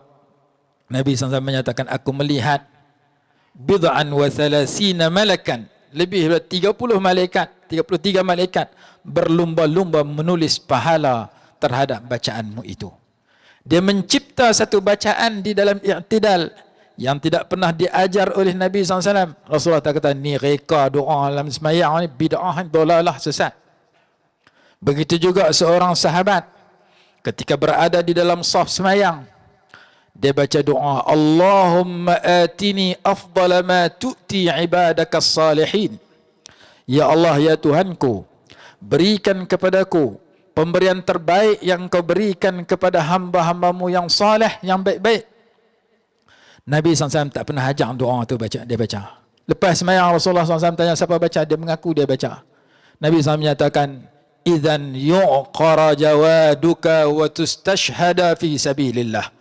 Atau kama qala, kalau begitu kudamu akan mati dibunuh dan engkau akan mati syahid pada jalan Allah Subhanahu wa taala. Engkau akan mati elok, mati syahid kerana engkau meminta pemberian terbaik. Doa itu dicipta oleh para sahabat di belakang Nabi SAW. Maka Nabi SAW tak kata ni bid'ah, aku tak ajak. Begitu juga Sayyiduna Abu Sa'id Al-Khudri radhiyallahu anhu ketika bermusafir dengan sekumpulan sariyah, sekumpulan tentera yang diutus oleh Nabi SAW. Makanan mereka habis, minuman mereka habis. Sampai satu kampung minta tolong penduduk kampung jadikan mereka sebagai tetamu. Penduduk kampung tak kenal mereka, halau mereka, pergi cari tang lain, kami tak mau jamu hampa. Kita kalau orang tak kenal meminta bangla, meminta kita halau, kita tak berani. Pakcik minta ayak, tak berani bagi ayak lagi, dia suruh pisau mampu. Ini berlaku kepada penduduk kampung itu, tak kenal para sahabat, meminta makanan minuman, jadikan istadafahum, minta mereka jadikan mereka sebagai tetamu, mereka tak kenal, mereka kata pergi cari tang lain. Pertolongan Allah datang ketika itu. Ketua kampung itu kena sengat binatang, bisa kena sengat dengan kalajengking, sakit. Mereka kesian kat ketua mereka, dia kau bantu tak selesai, lalu mereka memberikan cadangan. Mungkin orang kumpulan manusia yang minta supaya kita jamu mereka, ada orang yang pandai berubat, bos kita, ketua kampung kita. Pergi tanya Sayyidina Abu Sa'id radhiyallahu anhu, kata aku boleh. Maka dia baca Fatihah, sembuh. Ka'annama nasyata min iqal, sembuh lala tu. Maka diberikan sekumpulan kambing, 30 ekor kambing lebih kata riwayat. Kalau seekor 1,000, 30,000, upah model yang liang baca Fatihah. Ada nak makan kambing, ada tak berani makan. Pasal berubat murah, model sikit tapi dapat untung banyak. Maka balik tanya Nabi SAW. Nabi SAW tanya dia, siapa bagi tahu kepada kamu Fatihah ni boleh jadi penawang? Wa ma yudrika annaha ruqyah. Aku diberi ilham oleh Allah Subhanahu wa taala, kata Imam Abu Sa'id Al-Khudri radhiyallahu anhu. Nabi SAW bersabda, idribu li bisahmin. Kamu jangan makan ke semua, mai ke aku sama kambing tu. Aku nak dak agak sikit. Ini satu sunnah taqririyah, satu pengakuan Nabi SAW terhadap satu perbuatan yang dicipta oleh para sahabat, yang direka oleh para sahabat, tidak pernah diajar oleh Nabi SAW. Sehingga kan ulama menyusun dalam kitab As-Sunnatul wal Bid'ah puluhan hadis yang menunjukkan Nabi SAW pernah mengiktiraf perbuatan ataupun bacaan para sahabat yang tidak pernah diajar oleh Nabi SAW. Apabila Nabi SAW wafat, Nabi SAW pesan, al-ulama warasatul anbiya, pewaris aku adalah para ulama. Kamu jumpa satu wirid, kamu jumpa satu doa, kamu nak baca apa, pergi tanya ulama. Maka ada ulama yang mengajar kepada kita salawat yang tidak ada dalam Quran, tidak ada dalam hadis, tetapi ia datang daripada ilham yang Allah bagi pada ulama tertentu, seperti salawat Imam Syafi'i. Salawat Imam Syafi'i dibaca, Allahumma salli afdala salatin ala as'adi makhluqatika. Itu salawat Imam Syafi'i. Bahkan salawat yang imam-imam kita baca, salawat munjiyah, diberikan oleh Allah kepada seorang ulama nama Syekh Musa ketika ia bermusafir di tengah laut.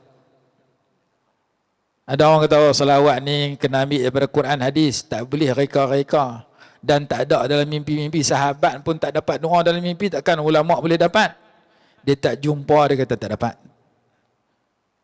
Dalam kitab Imam Suyuti diceritakan cucu Nabi SAW nama Sayyidina Hasan ibni Ali radhiyallahu anhuma, ketika Sayyidina Muawiyah naik jadi khalifah, dia menyekat bantuan kepada Sayyidina Hasan, sehingga Sayyidina Hasan merasa terlalu susah.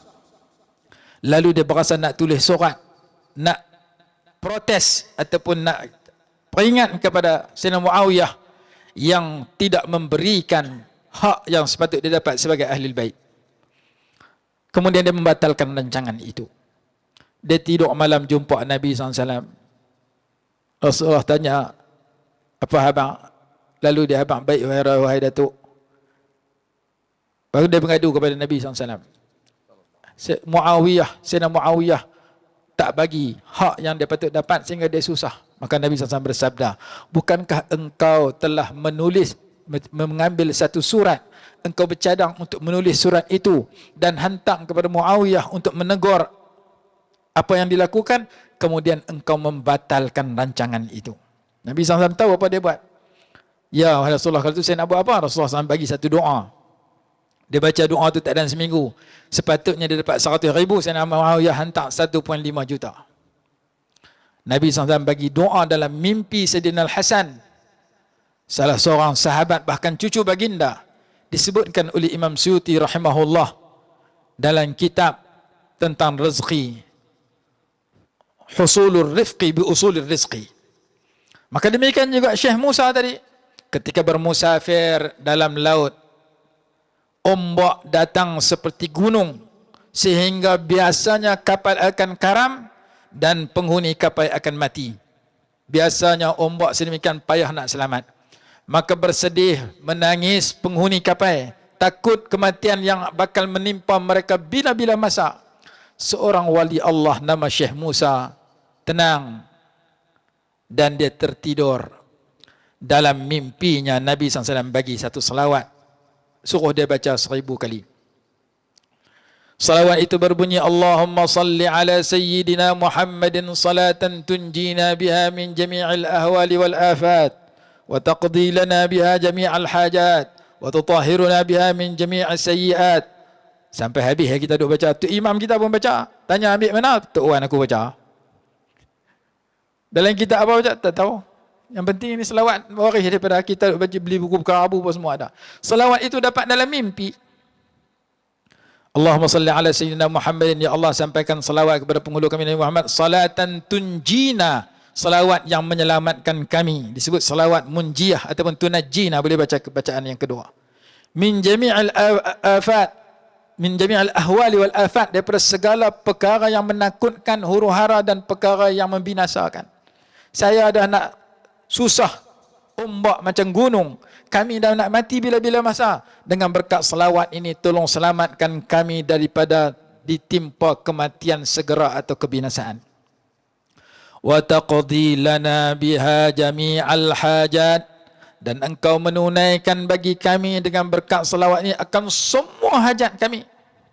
Sebut secara umum, ada hajat secara ramai, ada hajat secara seorang, secara peribadi. Ya Allah, ya tu, kalau tu imam baca bahasa Melayu, ya Allah, ya Tuhan kami, jauhkan kami daripada COVID-19, satu masjid, amin. Pasal apa semua tak mau. Tapi kalau tu imam baca, ya Allah, ya Tuhan kami, turunkan hujan lebat-lebat, kerana kami berhajat kepada hujan. Tu imam buat bendang dan nak hujan. Makmum belakang jual es krim dengan ayam tebu. Dia marah kata imam. Tu imam ni doa kat dia seorang, tak fikir orang. Aku jual ayam tebu, kalau hujan turun, bahkan tak laku terus. Makmum marah tu imam. Masa tu imam baca doa, dia faham. Dia baca doa kat diri dia, kat orang lain, dia tak fikir.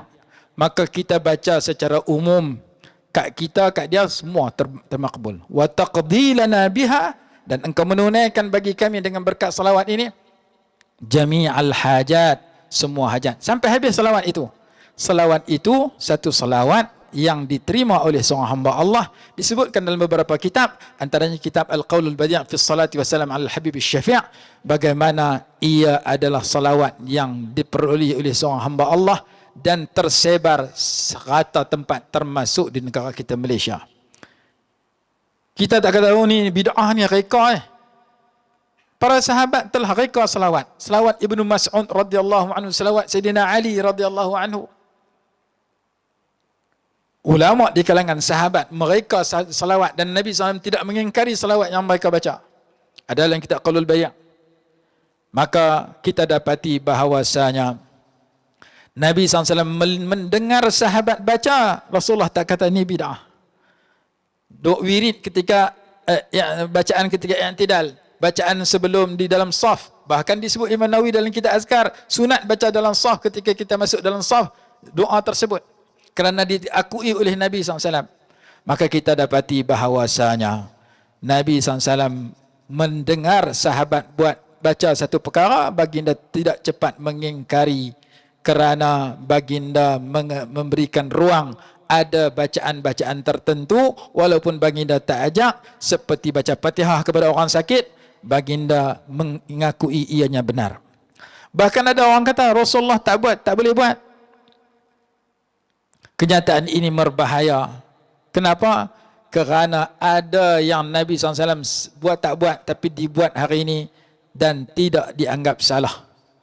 Contoh, khatam Quran malam 27 Ramadan di depan Kaabah, dibuat oleh Imam Sudais setiap tahun. Cari hadis, setiap malam 27 Rasulullah khatam Quran depan Kaabah. Sayyidina Abu Bakar, Sayyidina Umar, tak jumpa. Kalau semua Rasulullah tak buat, tak boleh, salah, bid'ah, maka khatam Quran tak boleh buat. Tapi tang sana tak bid'ah, tang sini bid'ah.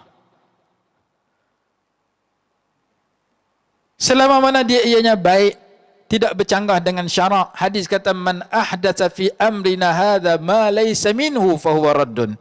Siapa yang mencipta, mewujudkan benda baru yang tidak ada kaitan dengan agama, tidak ada nas dalam agama, itu adalah tertolak. Tapi kalau ma minhu, yang termasuk dalam agama, ia tidak ditolak. Maka kalau zaman Nabi SAW masih hidup, baginda yang menapis perbuatan sahabat, bacaan sahabat boleh atau salah.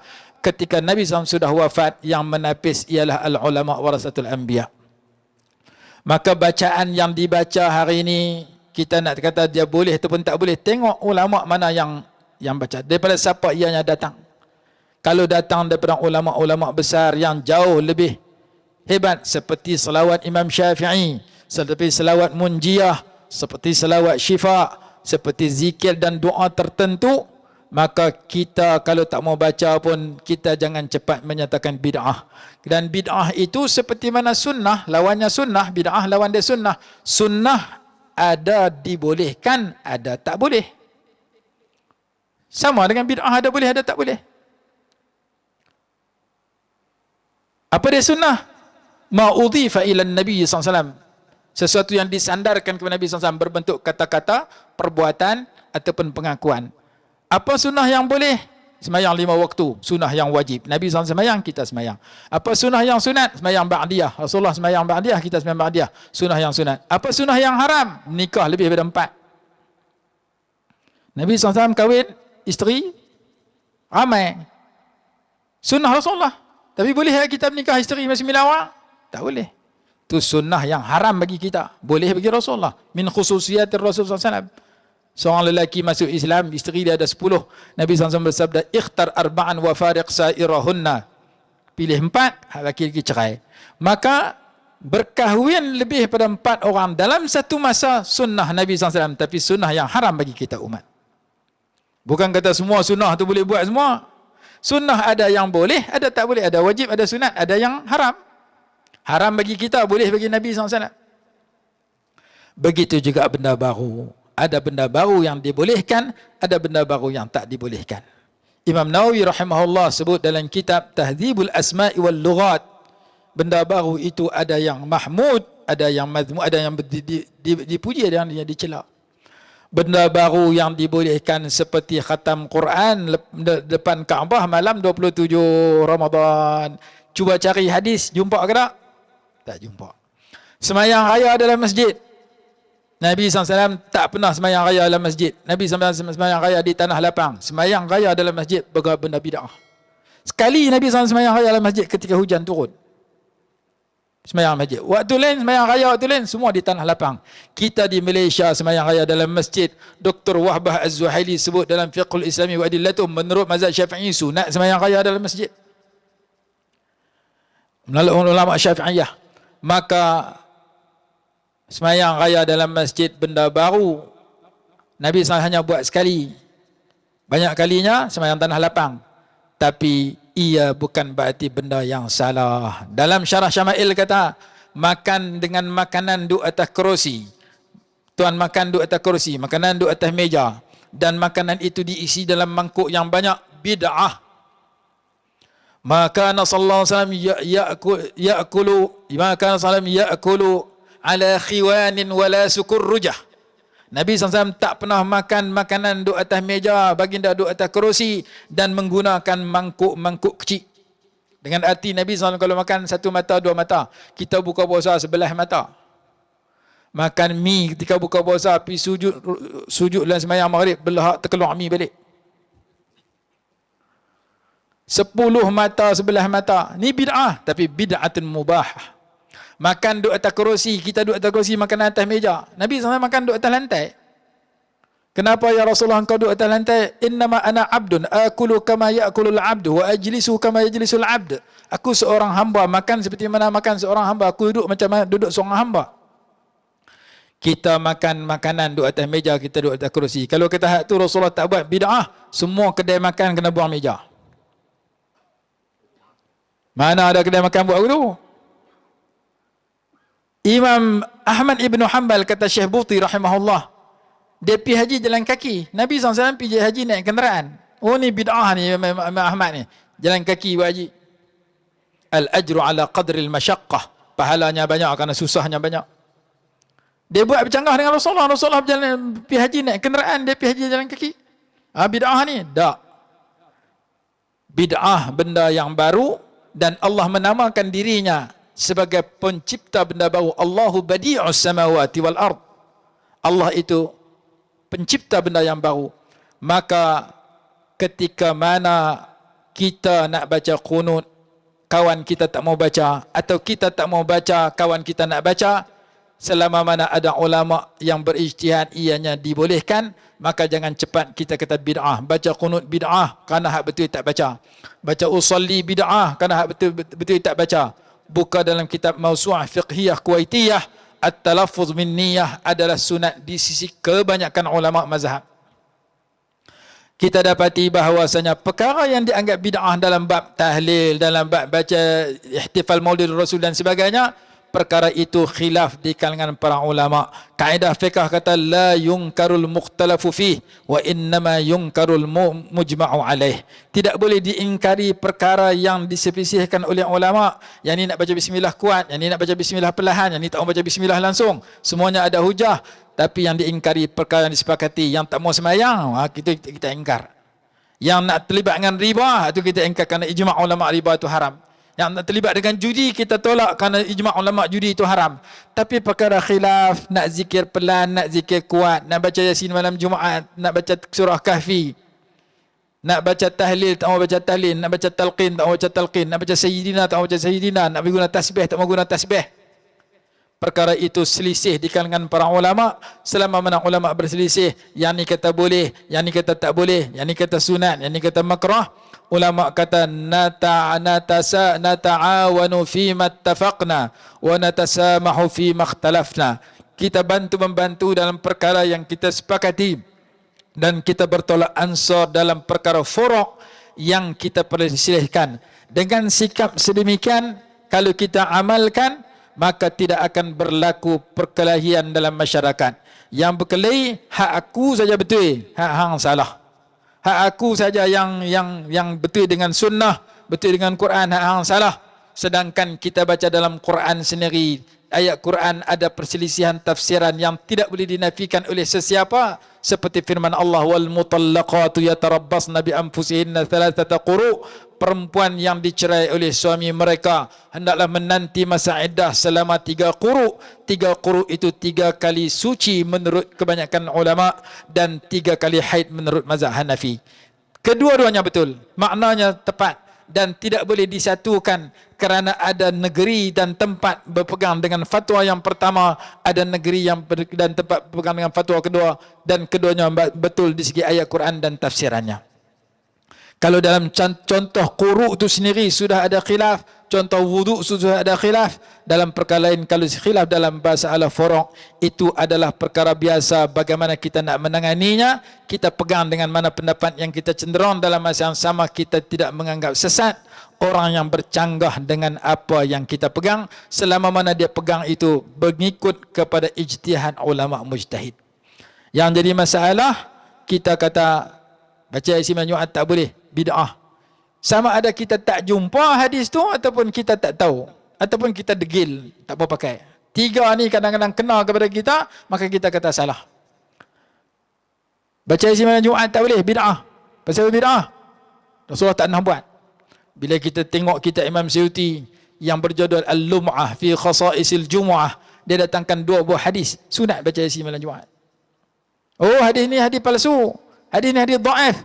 Palsu menurut kamu, tak palsu menurut Imam Suyuti.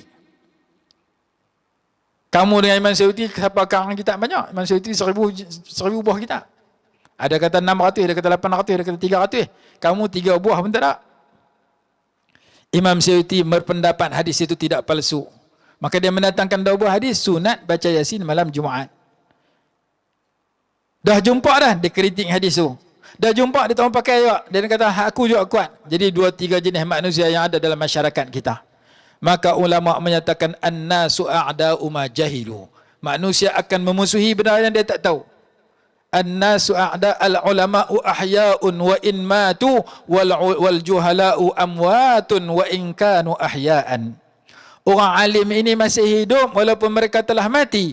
Orang jahil ni sudah mati walaupun mereka masih hidup. Imam Nawawi dah mati, Imam Syafi'i dah mati, Imam Bukhari dah mati.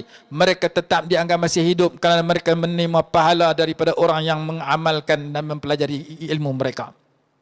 Orang jahil masa hidup dah mati dah, kerana dia tak boleh terima, tak boleh ikut kebenaran disebabkan dia terus-menerus membiarkan dirinya dalam kejahilan.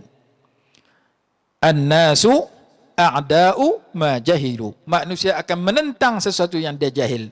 Maka kalau kita pelajari khilaf di kalangan para ulama yang banyak, seorang ulama di Masjidin Nabawi yang mengajaklah Masjidin Nabawi, dia mengajak Bulughul Maram, saya hadir pengajian dia sekali 2, nama Syekh Atiyah Muhammad Salim rahimahullahu ta'ala, murid kepada Syekh Shanqiti, pengarang kitab Adwa'ul Bayan fi Tafsiril Qur'ani bil Qur'an.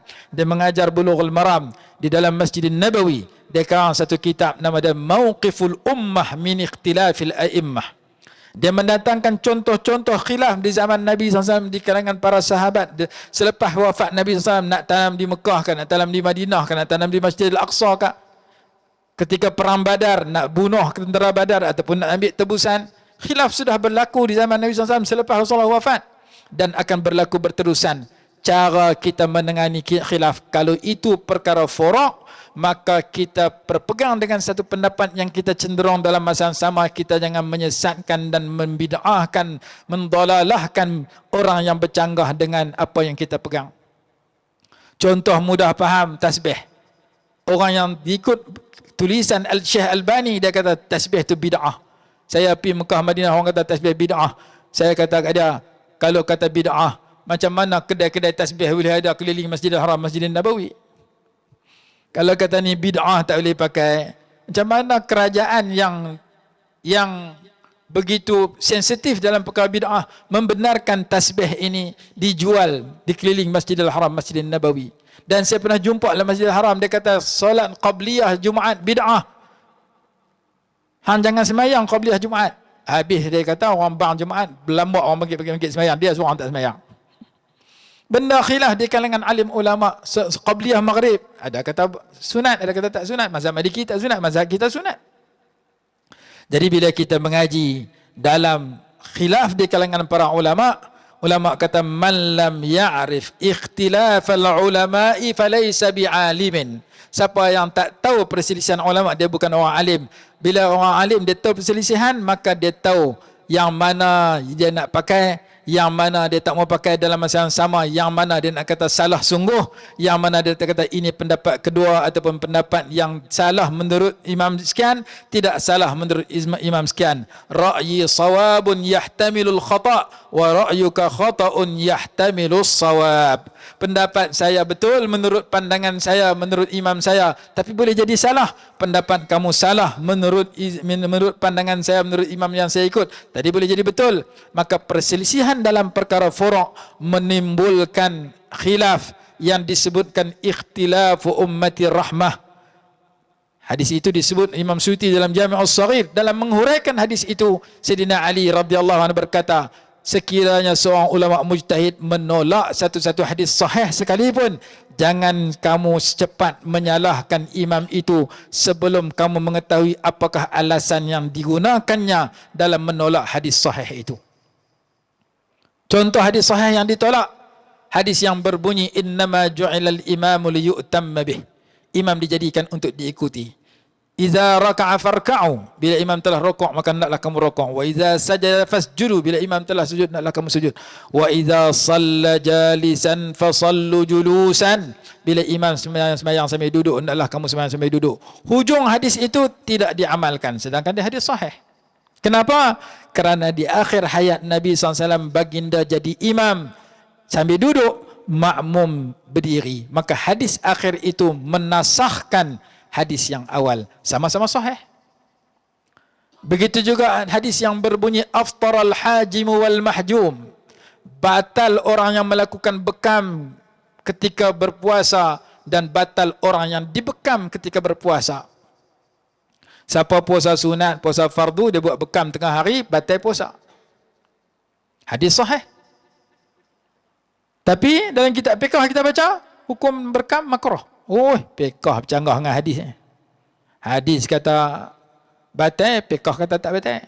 Bila kita kaji, ulama Syafi'iyah, Malikiyah, Hanafiyah menyatakan betul hadis itu sahih, tapi di akhir hayat Nabi, hadis itu disabdakan oleh Nabi SAW pada hari pembukaan kota Mekah pada tahun ke-8 Hijrah. Pada tahun ke-10 Hijrah, baginda pergi buat haji, baginda berpuasa, baginda berbekam ketika haji. Maka hadis Nabi SAW berbekam ketika berpuasa sewaktu haji menasahkan hadis aftaral hajim wal mahjum yang disabdakan pada tahun ke-8 Hijrah. Baginda berbekam di siang hari ketika berpuasa tak batal, yang dilakukan pada tahun ke-10 Hijrah. 3 mazhab kata tak batal, Hambali kata batal. Hambali pakai hadis tu, 3 mazhab pakai hadis yang belakang. Begitu juga hadis yang berbunyi ghuslu yaumil jumu'ati wajibun ala kulli muhtalimin. Mandi pada hari Jumaat itu wajib kepada setiap orang yang akil baligh, yang sudah bermimpi. Maka hadis ini menyatakan wajib mandi sebelum pergi sembahyang Jumaat. Hukum mandi sembahyang Jumaat itu hukum dia wajib. Dalam kitab fiqh kata sunat muakkadah. Sunat bagi orang lelaki nak pergi sembahyang Jumaat, mandi sunat Jumaat. Sunat. Hadis kata wajib, ulama kata sunat.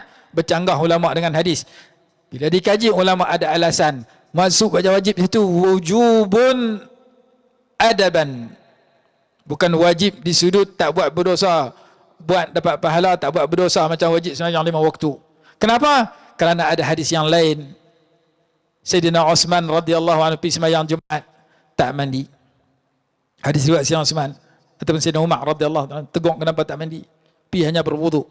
Jadi ulama kaji daripada pelbagai sudut sehingga mengeluarkan satu hukum. Kita jumpa satu hadis, kita kata ulama tak betul, bercanggah dengan hadis ni. Ini yang berlaku. Dia jumpa Nabi SAW menyentuh kaki Sayyidah Aisyah ketika tengah semayang. Dia kata, lelaki sentuh isteri tak batal yang semayang. Ada hadis Nabi SAW mencium isteri baginda kemudian terus pergi semayang tanpa berwuduk kembali. Tak batal suami sentuh isteri. Imam Syafi'i fatwa kata batal. Imam Syafi'i tak erti hadis ni. Serupa Imam Syafi'i tak pernah jumpa hadis. Imam Ibn Hajar Al-Asqalani sebut dalam Bulughul Maram hadis tu. Imam Ibn Hajar mazhab Syafi'i. Imam Nawawi pun kenal hadis tu. Imam Nawawi pun mazhab Syafi'i. Seolah-olah Imam Syafi'i pun tak betul, Ibn Hajar Al-Asqalani pun tak betul, Imam Nawawi pun tak betul kerana bercanggah dengan hadis tu. Aku jumpa hadis, mereka Imam Hasan tak jumpa. Kita hadis 40 pun tak ingat nak ketolak Imam Nawawi syarah Sahih Muslim. Imam Nawawi fatwa batal. Syekh Ali Jumaah fatwa batal. Seolah-olahnya kita lebih erti mereka. Inilah penyakit yang ada pada orang hari ini. Bila dia kata aku nak pegang Quran Sunnah, tapi dia nak pegang Quran Sunnah tidak mengikut kefahaman ulama besar yang menjadi rojokan dalam masyarakat setempat. Jadi kita nak ikut Quran Sunnah terbaik, tapi bukan ikut faham kita, tapi ikut kefahaman yang dipegang oleh ulama-ulama besar yang diiktiraf sebagai ulama mu'tabar. Maka itulah perkara yang perlu kita kenali supaya kita tidak terlibat dalam cepat menyalahkan perkara yang kadang-kadang kita tak pernah jumpa dan tak pernah kenal. Apa yang penting kita jumpa benda baru, kita rojok kepada ulama. Kita dengar orang kata bid'ah, kita tanya dulu. Karena ada dua golongan dalam masyarakat kita yang rajin baca wirid, yang wirid itu berbahaya. Satu laknat, satu bid'ah. Satu lagi sebut Sayyidina Abu Bakar, laknatullah. Umar, laknatullah. Aisyah, laknatullah. Sebut nama para sahabat, sebut nama pak mentua Nabi SAW. Sayyidina Abu Bakar, Sayyidina Umar, laknat. Itu bahaya. Satu lagi bid'ah, laknah, bid'ah, laknah. Satu lagi bid'ah ni bid'ah. Jadi bahaya golongan yang cepat membid'ahkan amalan yang diakui oleh ulama-ulama besar. Bahkan ada yang lebih berat lagi, sembahyang tasbih bid'ah. Tanya ambil mana tasbih bid'ah? Tu dalam kitab Mawdu'an karangan Imam Ibnul Jauzi rahimahullahu ta'ala. Ulama kita ulas kitab Mawdu'an. Imam Ibn Hajar, Imam Suyuti karang ta'liq kita Azkar menyatakan Imam Ibnul Jauzi rahimahullah kana minal mutasahilin fi hukmil hadis bil wad'i. Antara ulama yang mempermudahkan dalam menghukum hadis sebagai palsu. Kalau dia kata palsu, nanti dulu tengok orang lain pula, jangan terima terus. Dia anda sebut sembahyang tasbih palsu, dan tasbih tidak palsu di sisi kebanyakan ulama. Ada cara mazhab Hanafi, ada cara mazhab Syafi'i. Mazhab Syafi'i sama dengan amalan ahli hadis, mazhab Hanafi sama dengan amalan ahli tasawuf. Cara nak baca 10 kali ketika duduk istirahat ataupun tidak. Yang jelasnya sembahyang tasbih hadis hasan di sisi kebanyakan ulama. Maka kita terima ulama ni kata palsu, nanti dulu cek. Yang ulama lain pula, ulama ni kata hadis dhaif, nanti dulu yang ni boleh jadi hasan. Maka kita rojok kepada ulama-ulama. Kadang-kadang kita boleh dapati di tempat kita, kadang-kadang kita boleh dapati di negara Arab, kadang-kadang kita boleh dapati dengan rojokan dalam kitab-kitab, supaya kita tidak menjadi orang yang mempercepatkan lidah kita menyalahkan sesuatu yang kadang-kadang bercanggah dengan apa yang kita faham. Sayyidina Ali radhiyallahu anhu pesan, kalau kamu melihat seorang ulama mujtahid menolak satu-satu hadis walaupun sahih, ataupun mentafsirkan hadis dengan tafsiran yang berbeza dengan kefahaman kamu, fala tubadir ila taghlitihi, jangan kamu cepat menyalahkan dia kerana dia tahap mujtahid, kamu bukan tahap yang sama dengan mereka. Disebutkan kenyataan itu dalam kitab Faidul Qadir fi Syarhil Jami' As-Saghir ketika menguraikan hadis ikhtilafu ummati rahmah, perselisihan umatku adalah rahmat. Oh, dia kata pula kalau perselisihan itu rahmat, persatuan itu adalah azab. Dia pakai mafhum mukhalafah tani. Dalam kitab Kashful Khafa kata mafhum mukhalafah tani tak pakai. Dalam kitab Kashful Khafa lil Imam Al-Ajluni. Maka kita dapati bahawasanya golongan yang cepat membid'ahkan itu semakin banyak berlaku dalam masyarakat. Kadang-kadang disebabkan mereka hanya mengaji dalam media sosial dan sebagainya. Kerja kita perkukuhkan amalan yang kita pegang dan kita sampaikan sekadar yang kita mampu. Kalau kita tak betul, kita cepat-cepat perbetul. Kalau kita betul, kita sebarkan. Kalau orang terima, fabiha wa ni'man, itu baik. Kalau orang tak terima, kita sudah sampaikan apa yang kita terima daripada alim ulama besar yang kita belajar. Mudah-mudahan kita tidak tergelincir kepada jalan yang salah dan Allah Ta'ala kurniakan kepada kita berada di dalam jalan yang betul. Maka sekadar itu jawapan yang boleh saya tadi kata Ustaz. Ni dia panah kaki pula, lajak pula. Jadi saya minta maaf kerana agak panjang. Yang baik datang daripada Allah SWT. Salah silap saya mohon ampun dan maaf. Wallahu a'lam. Assalamualaikum warahmatullahi wabarakatuh.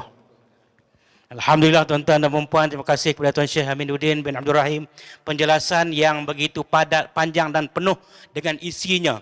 Jadi saya nak buat simple sikit ya, bahawa kita ni, bila kita tak pandai, kena ikut orang pandai lah. Macam tu no. Ulama-ulama ni kalangan orang pandai-pandai. Kita ni tak apa pandai, tapi memandai-mandai. Boleh faham tu? Jangan pandai banyak sangat. Saya nak teruskan kepada Ustaz Nazmi. Sila kesimpulan tajuk kita Ustaz Nazmi. Ciri-ciri jalan yang lurus. Silakan Ustaz. Bismillah wassalatu wassalam ala rasulillahi amma ba'du. Jadi kita dah berada di penghujung program pada malam ni tuan-tuan. Saya hanya nak bagi 3 poin lah ya, untuk kita selamat di akhir zaman ini dan sentiasa berada di jalan yang lurus insya-Allah. Yang pertama sekali, talaqi. Belajar ni kena talaqi dengan para alim ulama. Di Kedah ni ulama ramai sangat. Tok guru pondok ramai sangat. Belajar dengan mereka. Kenapa kena belajar dengan mereka? Sebab mereka ada sanad. Dia bersambung dengan guru dia, dengan guru dia, dengan guru dia, sehingga kepada tabi'in, sambung kepada ashabu Rasulullah sallallahu alaihi wasallam sampai kepada Nabi sallallahu alaihi wasallam. Dengan cara kita belajar bertalaki berguru ni tuan-tuan, dia ada sanad, maka di situ ada keberkatan. Maka itu cara yang betul. Bukan tak boleh belajar dekat YouTube. YouTube tu bolehlah sikit-sikit. Tapi nak betul ilmu, kena talaki, duduk, berkitab, menadah. Itu dapat ilmu sungguh tuan-tuan. Yang kedua, kita ni kena ada al-adabu qabla al-ilmi. Beradab baru belajar. Beradab tu penting. Orang sekarang ilmu banyak tapi kurang ajar. Kan? Macam tadilah Syekh kita sebut nak mengkritik ulama-ulama terdahulu. Contoh macam Imam Nawawi mengarang kitab Riyadhus Salihin. Ana ada baca satu syarah yang diorang buat dekat Endon, syarah kepada Riyadhus Salihin, dia terjemah kepada Endon lah. Dia kata dekat Muqaddimah Syarh Riyadhus Salihin, dia kata kitab Riyadhus Salihin karangan Imam Nawawi ini ada terkandung hadis-hadis yang dhaif dan Imam Nawawi bermasalah dalam akidah dia. Kurang ajar betul. Dia kata Imam Nawawi bermasalah dalam akidah. Tapi ambil karangan Imam Nawawi, diorang ni memang jahat lah nak ceritanya. Kan? Kenapa kalau kau kritik ulama tu, kenapa kau guna kitab dia? Nak berkat macam mana? Sebab tu bila orang baca kitab ni tuan-tuan, bila dia baca mukadimah dan dia memang tak ada latar belakang pengajian yang kukuh, dia akan mudah tak beradab dengan ulama-ulama. Akhirnya tak ada keberkatan ilmu. Belajarlah banyak mana pun, tak ada roh dalam ilmu dia.